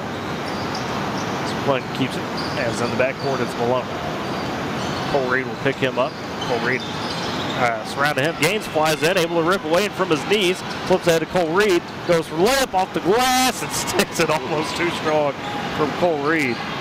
His first basket, another steal by Gaines and an assist. Boomers back the other way, 34-31, or Clinton back the other way. Boomers lead 34-31, and Gaines somehow Hutchins able to just take it away between the legs of the Clinton player, and then a foul the other way. As Clinton able to steal it back. Malone recovered, able to swipe it away. And they're going to get Cole Reed for the foul. But Gage Hutchins, goodness, off the baseline, it looked more like a wrestling move. Somehow able to do it. Maybe he's been watching OSU. They've been really good at wrestling this year. It's the only thing they've been good at. Not true. Softball was great. As Clinton almost turns it over. Sunderland had it, but they gave it right back to Malone. And now a technical, on Coach Gaines. It's a female official with the tech. It's Coach Gaines. And now she's wanted an explanation there. She's a little upset. A lot of physical play going on. Yeah, a lot of kind of jumping into the legs, trying to knock the ball away, things like that. So get Coach Gaines with the tech. I'll send Crumley to the free throw line. Oh, ouch. And air balls the technical free throw. What did we say earlier? Ball don't line, maybe? Yeah. And you put your best free throw shooter on the line for a technical foul and then the air balls. That's kind of tough. Second free throw rolls out too. So he misses both, and you hear the Woodward crowd getting after him. Clinton will have the possession after the two missed tech free throws, 34-31. As it'll be Crumley on the far side, the inbounder, after he missed the free throws. Wasn't this where Coach Bowers got the Yeah, that's what I was about to say. Wasn't Coach Bowers he get a tech down here last year? Yes. Inbounds, goes to Malone in the backcourt. He flies in the paint, feeds it over to Ringo Kabunda. And he comes off the bench and able to get the basket. And that's his first. 34-33. Woodward still with a 1-point lead. Price, top key, left wing to Cole Reed. Still dribbled around the top. Ooh, lost the handle momentarily. Able to give it to Gaines in the corner. Back to Reed. Baseline, turns, puts a shot off the glass and in. Good little two-man game there. Cole Reed with his second basket. He's got 4. Boomers lead 36-33. Inbounds. Gaines tries to get the steal. Can't rip it away from Redshift. Oh, ahead. Cole Reed flies in and clotheslines Malone. Yeah, Boomers kind of getting old. It's getting pretty physical out there. Sonny, getting a little chippy. Yep. Sonny and Mongo kind of battling back and forth down there. And so we might have to see some touchy fouls here by the officials just to try to get this under control. Also, JBL would be proud there. Cole Reed, good close on. Inbounds for Clinton from the side, in front of the Boomer bench. As they'll go in the backcourt to Malone. Picked up by Cole Reed. Was his second foul. Boomers fourth of the quarter. In the corner, Redshift heaves the three into the face. Rebound, pump forward. Crumley can't corral it. He was trying to take it away from Gaines, and Crumley goes out of bounds. Yeah, I think Caden actually kind of reached over. He knew he wasn't going to be able to get it, so he just kind of threw it off. Pretty good job. Sunderland, the inbounder for the Boomers, goes to Price, then Gaines gets tripped up, and there's the foul. Ooh, Gaines landed really awkward on his hand there, on his wrist. Grabbing at it. So now he's down, and I'll have to. He fell in a very awkward manner. It wasn't an intentional trip or anything by Clinton. That definitely wasn't intentional. I think their feet just kind of got tied up. Gaines' hand just came down on the ball, essentially. So he's down dealing with it. Minute 45 remains in the game, or in the quarter, excuse me. Woodward leads 33-36. Gaines will go to the sideline for a second. Catch his breath. Seems like his wrist is fine. Maybe just one of those where you fall on awkward and it hurts for a minute. Yeah. He was also kind of limping a little bit. But he came down over the ball. He kind of landed the ball right into his stomach area too. So it's just kind of a overall kind of just a tough play. So they'll work on him. As it'll be Aaron Laredo in the ball game for the first time. Hutchins has it in the corner for the Boomers. Goes to Laredo on the wing. Top key back to Connor Price.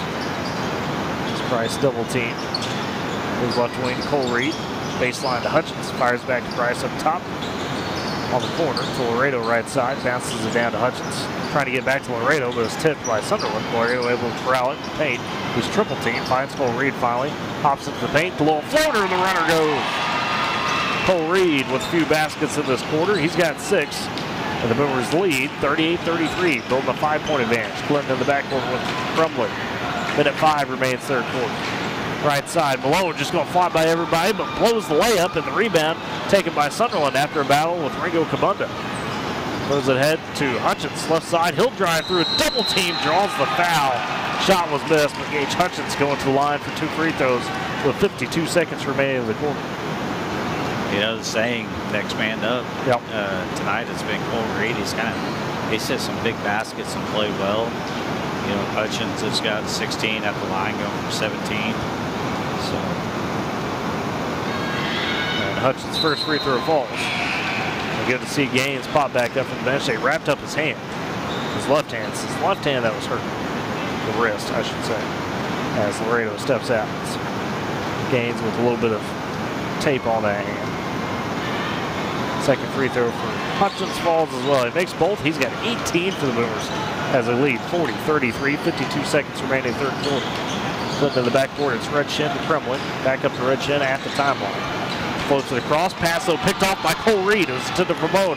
Ahead to Gaines for the layup, right side there. Gaines with 9. The Boomers now extend their lead to 9. 42-33, 33 seconds remaining third quarter. As it's Crumley in the backcourt, double team, gets ahead to Thompson. Goes to Ringo Kabunda, and he just blows the layup left side, but the rebound all the way out to Redshin, poked out. His three too strong, and Ringo Kabunda cannot corral the board, and it goes out of bounds. He's battling with Cole Reed underneath, and the Boomers take advantage. Cole's coming out with a little bit of fire tonight. Good. Yeah, he had one of those moments in the championship game down the stretch where he's going to shoot out a little bit off that turnover. So maybe that fired him up. Reed ahead. Oh, behind the back. Oh, blocked though by Kabunda. And good move for Reed, but blocked on the shot. Malone takes it, bounces it to Redshin. Back to Malone. Right block with 6 in the quarter. Dribbles it down to Thompson. His shot way strong. Gets down to Ringo Kabunda, and then he draws the foul with 1.6 seconds left in the third quarter. Yeah, I was going to say, I think they're going to get Sonny for that foul. They are his third, team 5th, so free throws for Kyler Ringo Kabunda. That's a great name. I don't know what the play call, what the set they're wanting. Woodward coaches, but it looked like they were doing angels in the outfield just now. I don't know if anybody saw that on camera, but that was. No, Kyler didn't catch it. We'll have to give him brief. Coach Gaines and Coach Bowers are both sitting out there, look like flapping wings. First free throw for Ringo Kabunda misses. And it's 42-33, Woodward on top. Second free throw off as well. Thompson able to get the board and heave it up at the buzzer, but that's way off. And so Boomers able to push ahead by 9 as we enter into the fourth quarter. You're listening to Boomer Basketball on Z92 and Boomer TV.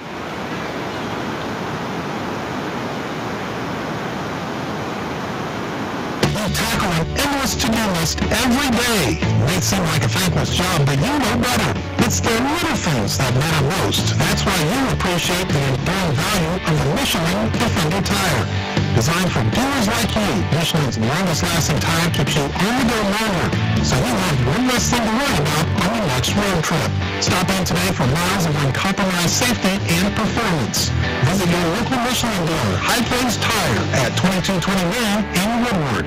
Tired of complicated Wi-Fi management? Go Pioneer Smart Wi-Fi makes it easy. With Go Pioneer Smart Wi-Fi, you can set your Wi-Fi password, view all your connected devices, and even run speed tests all from your phone. Need to set up parental controls? No problem. Simple, smart, secure. Stay connected and in control with Go Pioneer Smart Wi-Fi. Visit GoPioneer.com to learn more.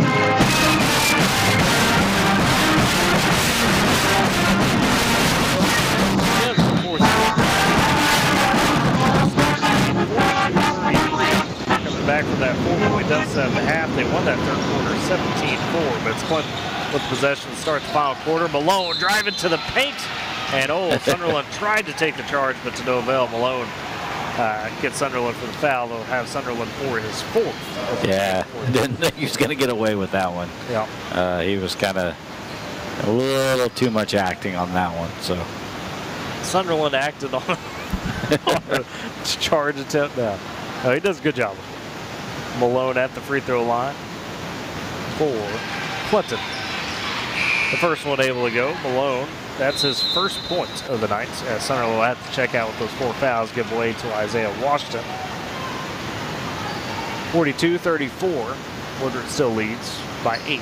Malone cut it to 7 on the second free throw, and that falls. It makes both, has 2 points. Boomers back the other way. Cole Reed, right side, trying to fire pass to Hutchins, just taken away by Crumley in the corner. Flips it ahead to Malone. Steps through on Washington and gets the layup to stick with the right hand from the left side. 4 points for Malone. Boomers only up by 5 now, 42-37. Left wing with Cole Reed. Over to Gaines, right side. Lets Crumley go by him. The little push shot from the block, no good, but cleaned up by Cole Reed underneath. He's got 8 off the bench tonight. Good job on the offensive board for Cole to come to stick with it, and, get the board and just put it in there. All 8 for Reed in the second half. Quickly the other way, Richin gets a floater, left baseline, that's short. Rebound goes right down to Thompson. They'll work it back out to Crumley. Clinton extends the possession. That's Crumley, left side to Redshin, guarded by Washington. Tax flips to Thompson up top. Left corner, gives it to Malone, a deep 3. He checked there, rebound on the backside, taken by Reed, and then he's swiped at, poked away. They'll stay with Woodward, as they say, last touch by Clinton. Cole Reed again, fighting on those bulls. As Ringo Kabunda checks out, his way to Loveland. Yeah, we've talked about this with the team, the depth. This has really kind of been Cole's biggest game so far.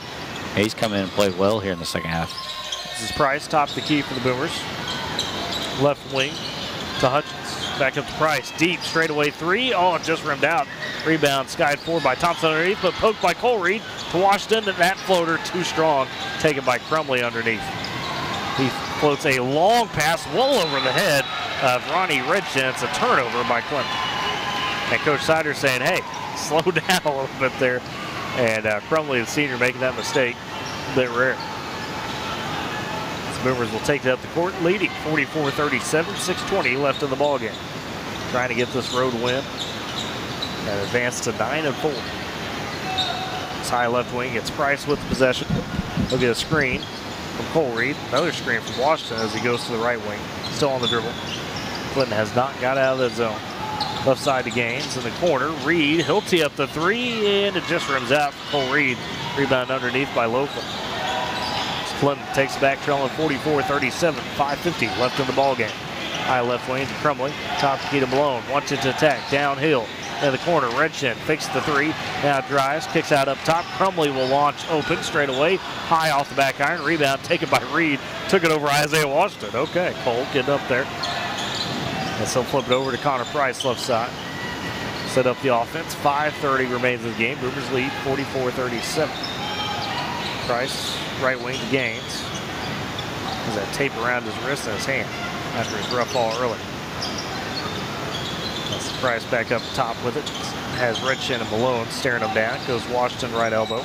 Trying to work it out. Washington gets stripped from behind. It's Redshin taking it away. And then Redshin dribbles it off his foot.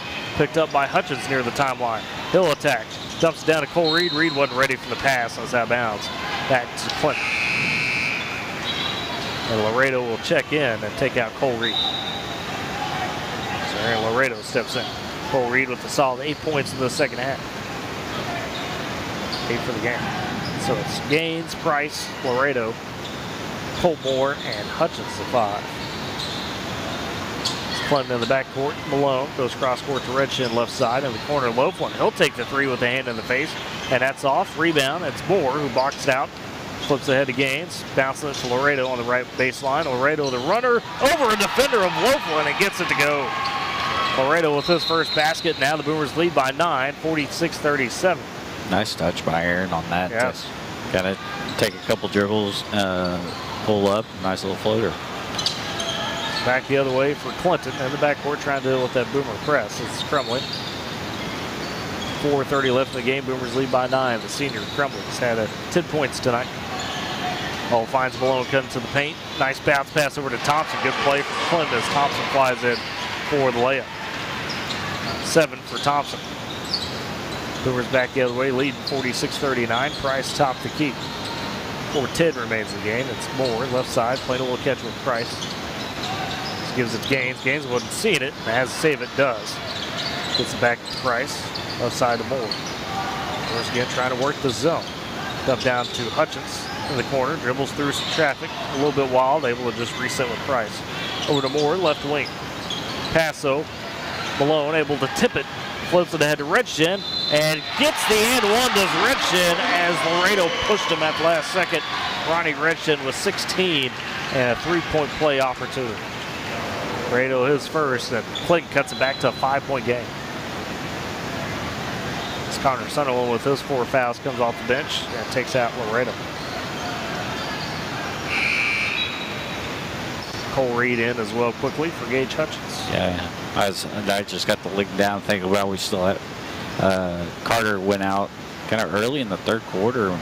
You know, I think Coach Gaines doing everything she can to keep Carter off the floor. Redshin makes the free throw. He's got 17 and a timeout taken by Clinton as they cut the lead to 4, 46-42. Boomers still on top. And as I say that, Carter's going to check in. There you go, you're on it. M&D Enterprises and Lawnmower Shop for your best lawn, porch, or patio. M&D and the Lawnmower Shop are your people. They carry everything you need to make your greenscape that little piece of heaven you've always dreamed of. Locations in Woodward, Canton, and Weatherford. Smith & Co. Auction and Realty, Oklahoma's real estate and land auction expert. Smith & Co. is your #1 choice for all your land auction and real estate needs. 580-254-3975 or email Ira at smithcorealestate.com. Smith & Co. M&D powering Boomer Sports this season on KMZ FM Woodward. And so the Boomers lead 46-42 with 3:46 remaining in the ball game. And we'll see Carter Reed, as you mentioned there, checking back in quickly after a good extended rest for him. Could provide some nice fresh legs here in the last few minutes compared to what he's had. Cole Reed, younger brothers, came in, done a great job in the second half. He's got 8 points, all in the second half. Is out of the timeout, the 5 for Woodward. It'll be Carter Reed, Cole Reed, Kate Gaines, Connor Price, and Connor Sunderland. The 5, and Carter Reed will be the inbounder for the Boomers as Clinton has set up their press. Goes to Price. They work it over to Cole Reed. He gets across timeline right side, trying to float a lob to Gaines, and boy, threw it about 10 feet too high. That's hard to do for Kate Gaines. So it's a turnover, unfortunately, for the Boomers. Clinton now trying to break the Boomer pressures. Malone gets it to Redshin, high left side. Crumley back to Redshin in the corner. Crumley, top of the key, works the right wing to Loafler. Finds Crumley up top. Goes left side to Malone, gets a little bit of a screen. Steps back though. 3:15 remain in the ball game. Boomers lead by 4, 46-42. Clinton trying to find a basket as they dump it down to Crumley on the baseline left side. Goes cross court to Thompson, right corner, and he steps out of bounds. Oh, yep, stepped out of bounds. Bit of a rocket of a pass, and Thompson wasn't ready for it. Yeah, the Boomers gave him just enough cushion, but as they kind of ran in there, forced him to take off, and he kind of stepped back to try to get a little bit of push. And, and then Carter Reed gets across timeline and takes 2 steps as he's picking up the ball. So it's a turnover right back. Carter will check out Gage Hutchinson.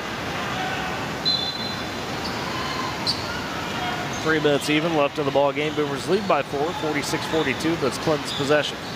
As is Malone. Bouncing it at the Flynn logo. He's got Cole Reed staring him down. Right wing, Redshin in the corner, Loaflin. Up top to Crumley. Clinton's shown some patience on these possessions. Loaflin trying to attack on the right baseline. They'll swing it back out. Redshin up top to Malone. He'll drive. Triple team in the corner. Redshin collects, takes the 3. It's off the right side of the rim, but Crumley flies in, able to poke away and take the rebound. Resets Malone. Right side, drives, kicks again to Redshin as an offensive foul is on Malone. Boomers finally caught Malone a little too out of control. That's his second. First of the quarter for Clinton, just 2-1 of the fouls. 2:25 left in the game. Boomers the inbounds. Cole Reed head to Sunderland. Right side to Hutchins. He'll attack, head down, goes for the layup and gets it to go. Gage Hutchins, huge tonight for the Boomers. So he's got 20. 48-42. 2:05 left in the ball game. Clinton the other way. As this Redshin, right wing, picked up by Hutchins. Top key to Crumley. Left side, back over to Malone. Price on him. He picks up the dribble, works down to Crumley, trying to go on Gaines. Has a kick out to Thompson. They go right corner. Loveland takes the three. It's off the side of the rim. Cole Reed right there. Nobody around him for the rebound. Yeah, I think Clinton feels like they have to hit some threes. Yeah.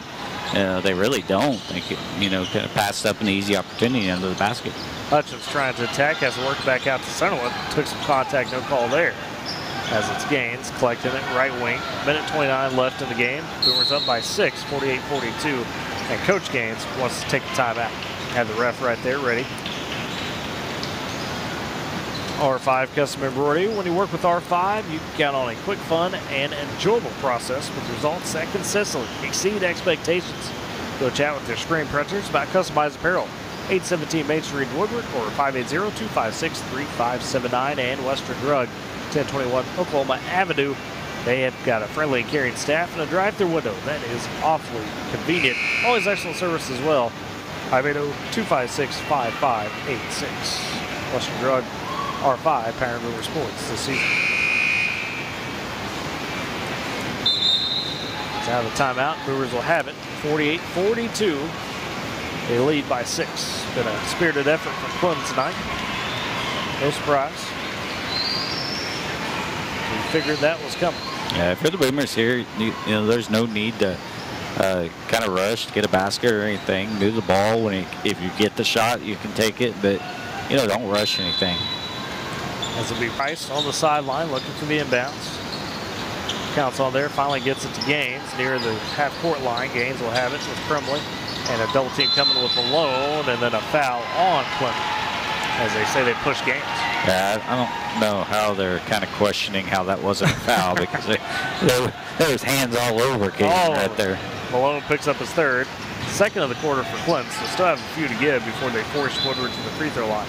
Minute 22 remains. Woodward up top by 6, 48-42. Inbounds in the backcourt to Price. Double team to Sunderland. That's foul, Sonny. Yep, and that's what they do exactly. Thompson looks like maybe picking that one up. And it is Thompson's first. So 3 fouls now. 2 more to give. Boomers took off another 5 seconds. Minute 17 left in the game. Leading by 6. It's Cole Reed for the Boomer bench, the inbounder. To Price. Just outside. Now Price double team deep in the high corner, and Coach Gaines has burned a timeout on with Price double team in the high left wing. So quick timeout there, and obviously, Eric, I mean, hey, got your guy in trouble, you got a couple timeouts in the back pocket, you got to make sure that you don't have a silly turnover. Yeah, I think Coach Gaines made a good call there, and I think what she's doing right now is I don't think she's actually setting up an inbound play. I think she's setting up an opportunity where, if they're forced to go into something, to get the ball, but. That inbound right there, what they like to do on that inbound right there is they have Caden cut to the back, kind of curl out, cut to the basket, and if it's there, a lot of times that's an easy basket, and then if you have to, you go to whoever you can. Beyond that, you have a couple different options, but, the Boomers just need to make sure they control the ball. Here in this possession, don't force anything. You're not trying to blow anybody out. You're just trying to get the win at this point, so. Don't make a silly mistake, turn the ball over, and give them an easy basket. Trying to escape unscathed, definitely the name of the game for the Boomers right now.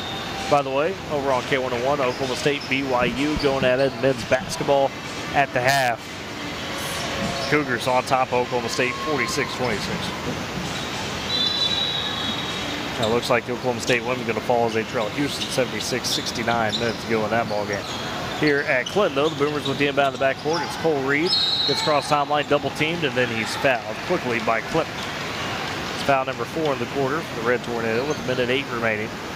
They get the 4th on Tide Malone. So the Cowboys are having trouble with the Cougars tonight across the board. That's right. That is right. Yeah. From north, south, doesn't matter. Doesn't matter. Red, blue. Yeah, red, blue. Doesn't matter. Inbounds for the Boomers in the backcourt. Gaines takes the inbounds, and then there's the 5th foul of the quarter by Clinton. They'll get Thompson for his second. Coach Sider going to his bench a little deeper as he's put into the ball game for the first time tonight. Ryder Adams, the sophomore, wearing got the purple hair. It's a purple or pink? It's pinkish purple. How about that? Not quite full purple, maybe. What do you think? What do you think? I was trying to come up with a way to combine pink and purple, and I couldn't come up with anything. So You can't do pink, I mean, because you just take the pink. right. We'll call it Purple? We'll call it Pink. ink. Call it ink. First free throw good. Purple? I don't know. I Second guess free throw good. You got to be more creative than that. 11 points for Gaines. He makes both free throws. Clinton quickly the other way with a minute left, trailing 50-42. Thompson flies in on the dish and the two-handed jam for Magnus Thompson. Good pass there. Thompson showing, again, track and field star, I should say, for Clinton. You can see why. 6'1", but long and lanky. But good awareness by the Boomers right there. That he's clearly going to have an opportunity. Don't foul him. Don't give him the chance at 3-point play. Yeah, you gave it up, but if you give him a chance at 3-point play, potentially 4-point, then miss the free throw. Sure. There's a lot of things that can happen. So, kind of let it be and get the ball back and set yourself up and move on. I mean, you're still leading by 6, so no need. You could trade baskets, essentially, is what you're saying a little bit, and be okay here. Right. Obviously, it's not like, some situations in football where you say, let them score, save some time, and get the ball back. Obviously, you don't want them to score, but at that point, you're beat, so, don't allow them to get another opportunity. Plus, you could potentially, Sonny was down there. He could have fouled out, so, there's a lot of negative that could have happened if they tried to go up, try to play a little bit better defense, I guess. A lot of things could have happened negative. Now the Boomers will have the inbounds out of the timeout, which was taken by Clinton. 2 timeouts left for Clinton, 1 for Woodward, as it'll be Reed in the backcourt inbounding to Gaines, able to split the double team, floated ahead to Sunderland, and smartly Sunderland will back it out with 50 seconds left in the ball game. Now he's trapped in the corner by Thompson, gets it to Hutchins, up top to Cole Reed. Boomers working that clock, left side to Price. Finally Gaines gets it in the left corner and fouled. Good job by the Boomers to work the ball and take precious seconds off the clock, as Gaines fouled with 41 seconds remaining. Boomers lead 50-44. Gaines will have a chance to add on to that lead as he get Ryder Adams for his first foul. Gaines at the free throw line. First one, number 9. He's got 12 tonight. Tournament MVP in the week after. Clemson's done a really good job with him tonight. Second free throw falls as well. He's got 13. Clinton the other way with Redchin to Crumlin, 38 seconds. That's the top of the key with Crumlin, guarded by Gaines. Free throw line, kicks out Malone, left corner, and just loses off his foot momentarily. That's collected back to Redchin. Look the right side to Loeflin, down to 25 seconds. He just launches the 3. Rebound underneath by Price, and then he's fouled. Connor Price, smallest man on the floor. Oh, and then they call the travel as he gets bumped over by Thompson, who ran over. They called the travel. Okay. So the Boomers don't get the possession. 52-44. They still lead by 8 with 20 seconds left. I mean, that's frustrating, but that's also one of those that you can't really help in that moment. So. Yeah, it's one of those situations that happens. And I'm watching kind of mark Coach Cedar on that. I think he realized that they kind of got away with one right there. They've still got 20 seconds with 8-point difference. They got a lot of work to do, but still set something up, try to get a quick 3, and try to get the steal and see what could happen. By the way, Eric, I don't know if you heard it. The Woodward JV boys have stolen the Kingfisher student section boom. They were giving it to Hank Crumley there as he's. I did not hear that. Oh yeah, heard some boom going on. You Gen Zers recognizing that. Or chronically online people. Or would you? Are you Gen Z or millennial? I don't know what they consider me. You're kind of like right there on the edge. Yeah. I'm on the edge between a Gen. I'm the what do they call what's that? You're borderline boomer with your body. They had. Ouch. They actually Zillennial. I think that's what they call it. Zillennial. Get out of here with that. Out of the timeout, Clinton the inbound, Crumley right wing to Redchin. The 3 too strong. Rebound. Gaines able to pull it down after some convergence there, and he's fouled with 14.1 seconds remaining. Using a weather term there, convergence. I had to impress you, since you're the weather guy. 52-44, Woodward leads. A chance to push it to 10 with 14 seconds for gains. Foul by Thompson. This third day, even to use it right though. They use the term convergence right. They converged on nice. Good job. Good job, Tyler. First free throw for Gaines falls. He's got 14. There is something good, some kind of good education comes out of Guthrie, I guess. Don't go too far then. Second free throw good for Gaines. He's got 15. Boomers lead by 10 with 14 seconds left. Clinton trying to push it. Crumley ahead to Malone down the left side. He's double teamed. Back to Crumley top the key. Just going to heave a three. Ooh, almost made it on the run. Thompson knocks over Gage Hutchins. No call. Wrenched in the board. Too strong on that shot. Finally, Sunderland rebounds it. And that's the ball game. Woodward survives. A good challenge from Clinton. 54-44 tonight. The Boomers sweep the Red Tornadoes. We'll step aside, take a break, come back, put the post-game wrap on it. You're listening to Boomer Basketball on Z92.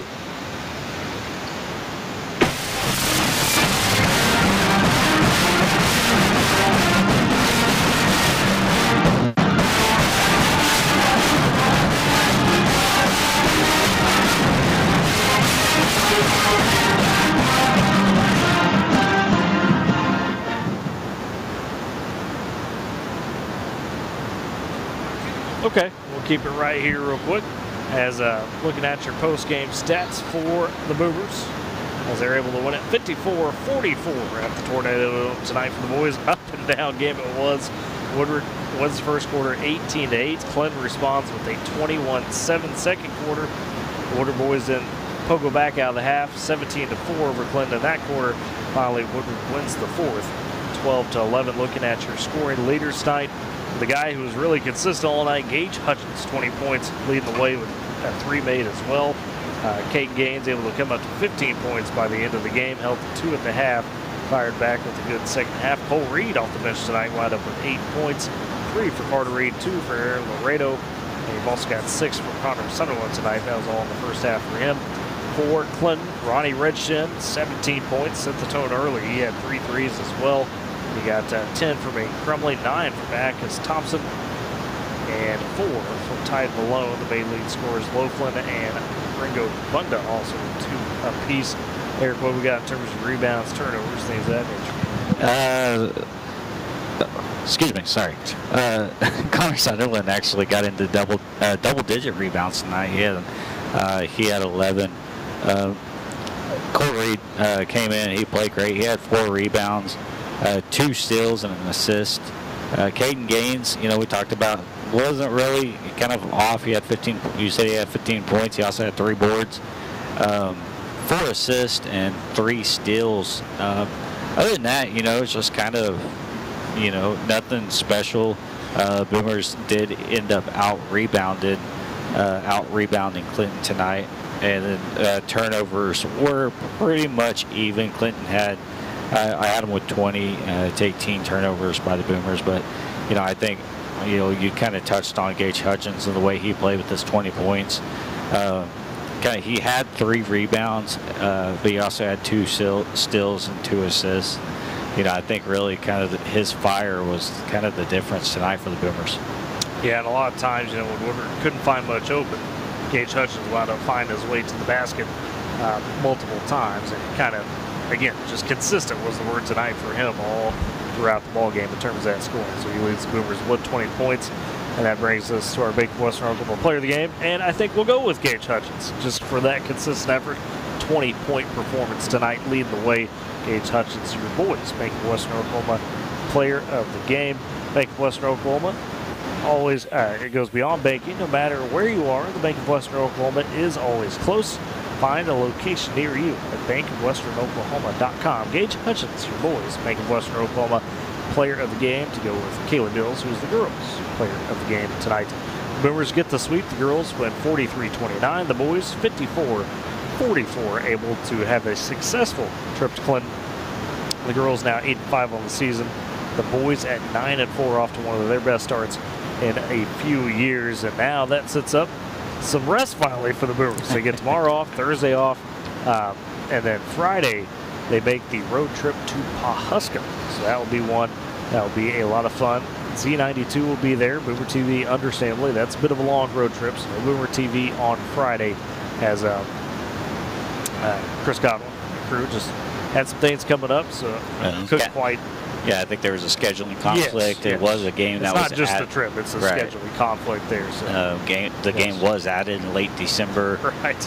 So it's a long trip. We're gonna make it work. If you have some time, get over there. Go visit Mrs. Drummond. Over there promoting the Pioneer Woman shamelessly. Mercantile. Hey, I'm not gonna go there and spend some money. I can't afford to spend the money in the Mercantile, but I hear it's pretty nice. It will be a fun road trip to Pawhuska on Friday, and we'll have that on Z92. Start time's normal, 6:30, 8 o'clock, your girls and boys. Actually, I think it's actually a 6 and 7:30 start. Oh, good grief! Okay. On there, I can't. I'm pretty sure that's what Coach Jones told me there night. So okay, so maybe start a little earlier. We'll have that on morning. Keep an eye on the Woodward Boomer social media pages. Yes, if you're not following those, you definitely should. Facebook, Woodward Boomer Athletics, Twitter at Woodward Athletics. I think it's at Woodward Boomers. Okay, actually. At Woodward Boomers. There you go. So make sure you're following those. That will be posted for sure on there. So the Boomers tonight get the sweep and again emerge victorious against the rival Clinton. Boomer girls have now won 9 straight against Clinton. The boys improved to 6-2 over the last 3 seasons over the Red Tornadoes. With that, everybody, we hope you have a great Tuesday night, and we will catch you Friday in Pawhuska as the Boomers will make the road trip. You've been listening to Boomer Basketball on Z92.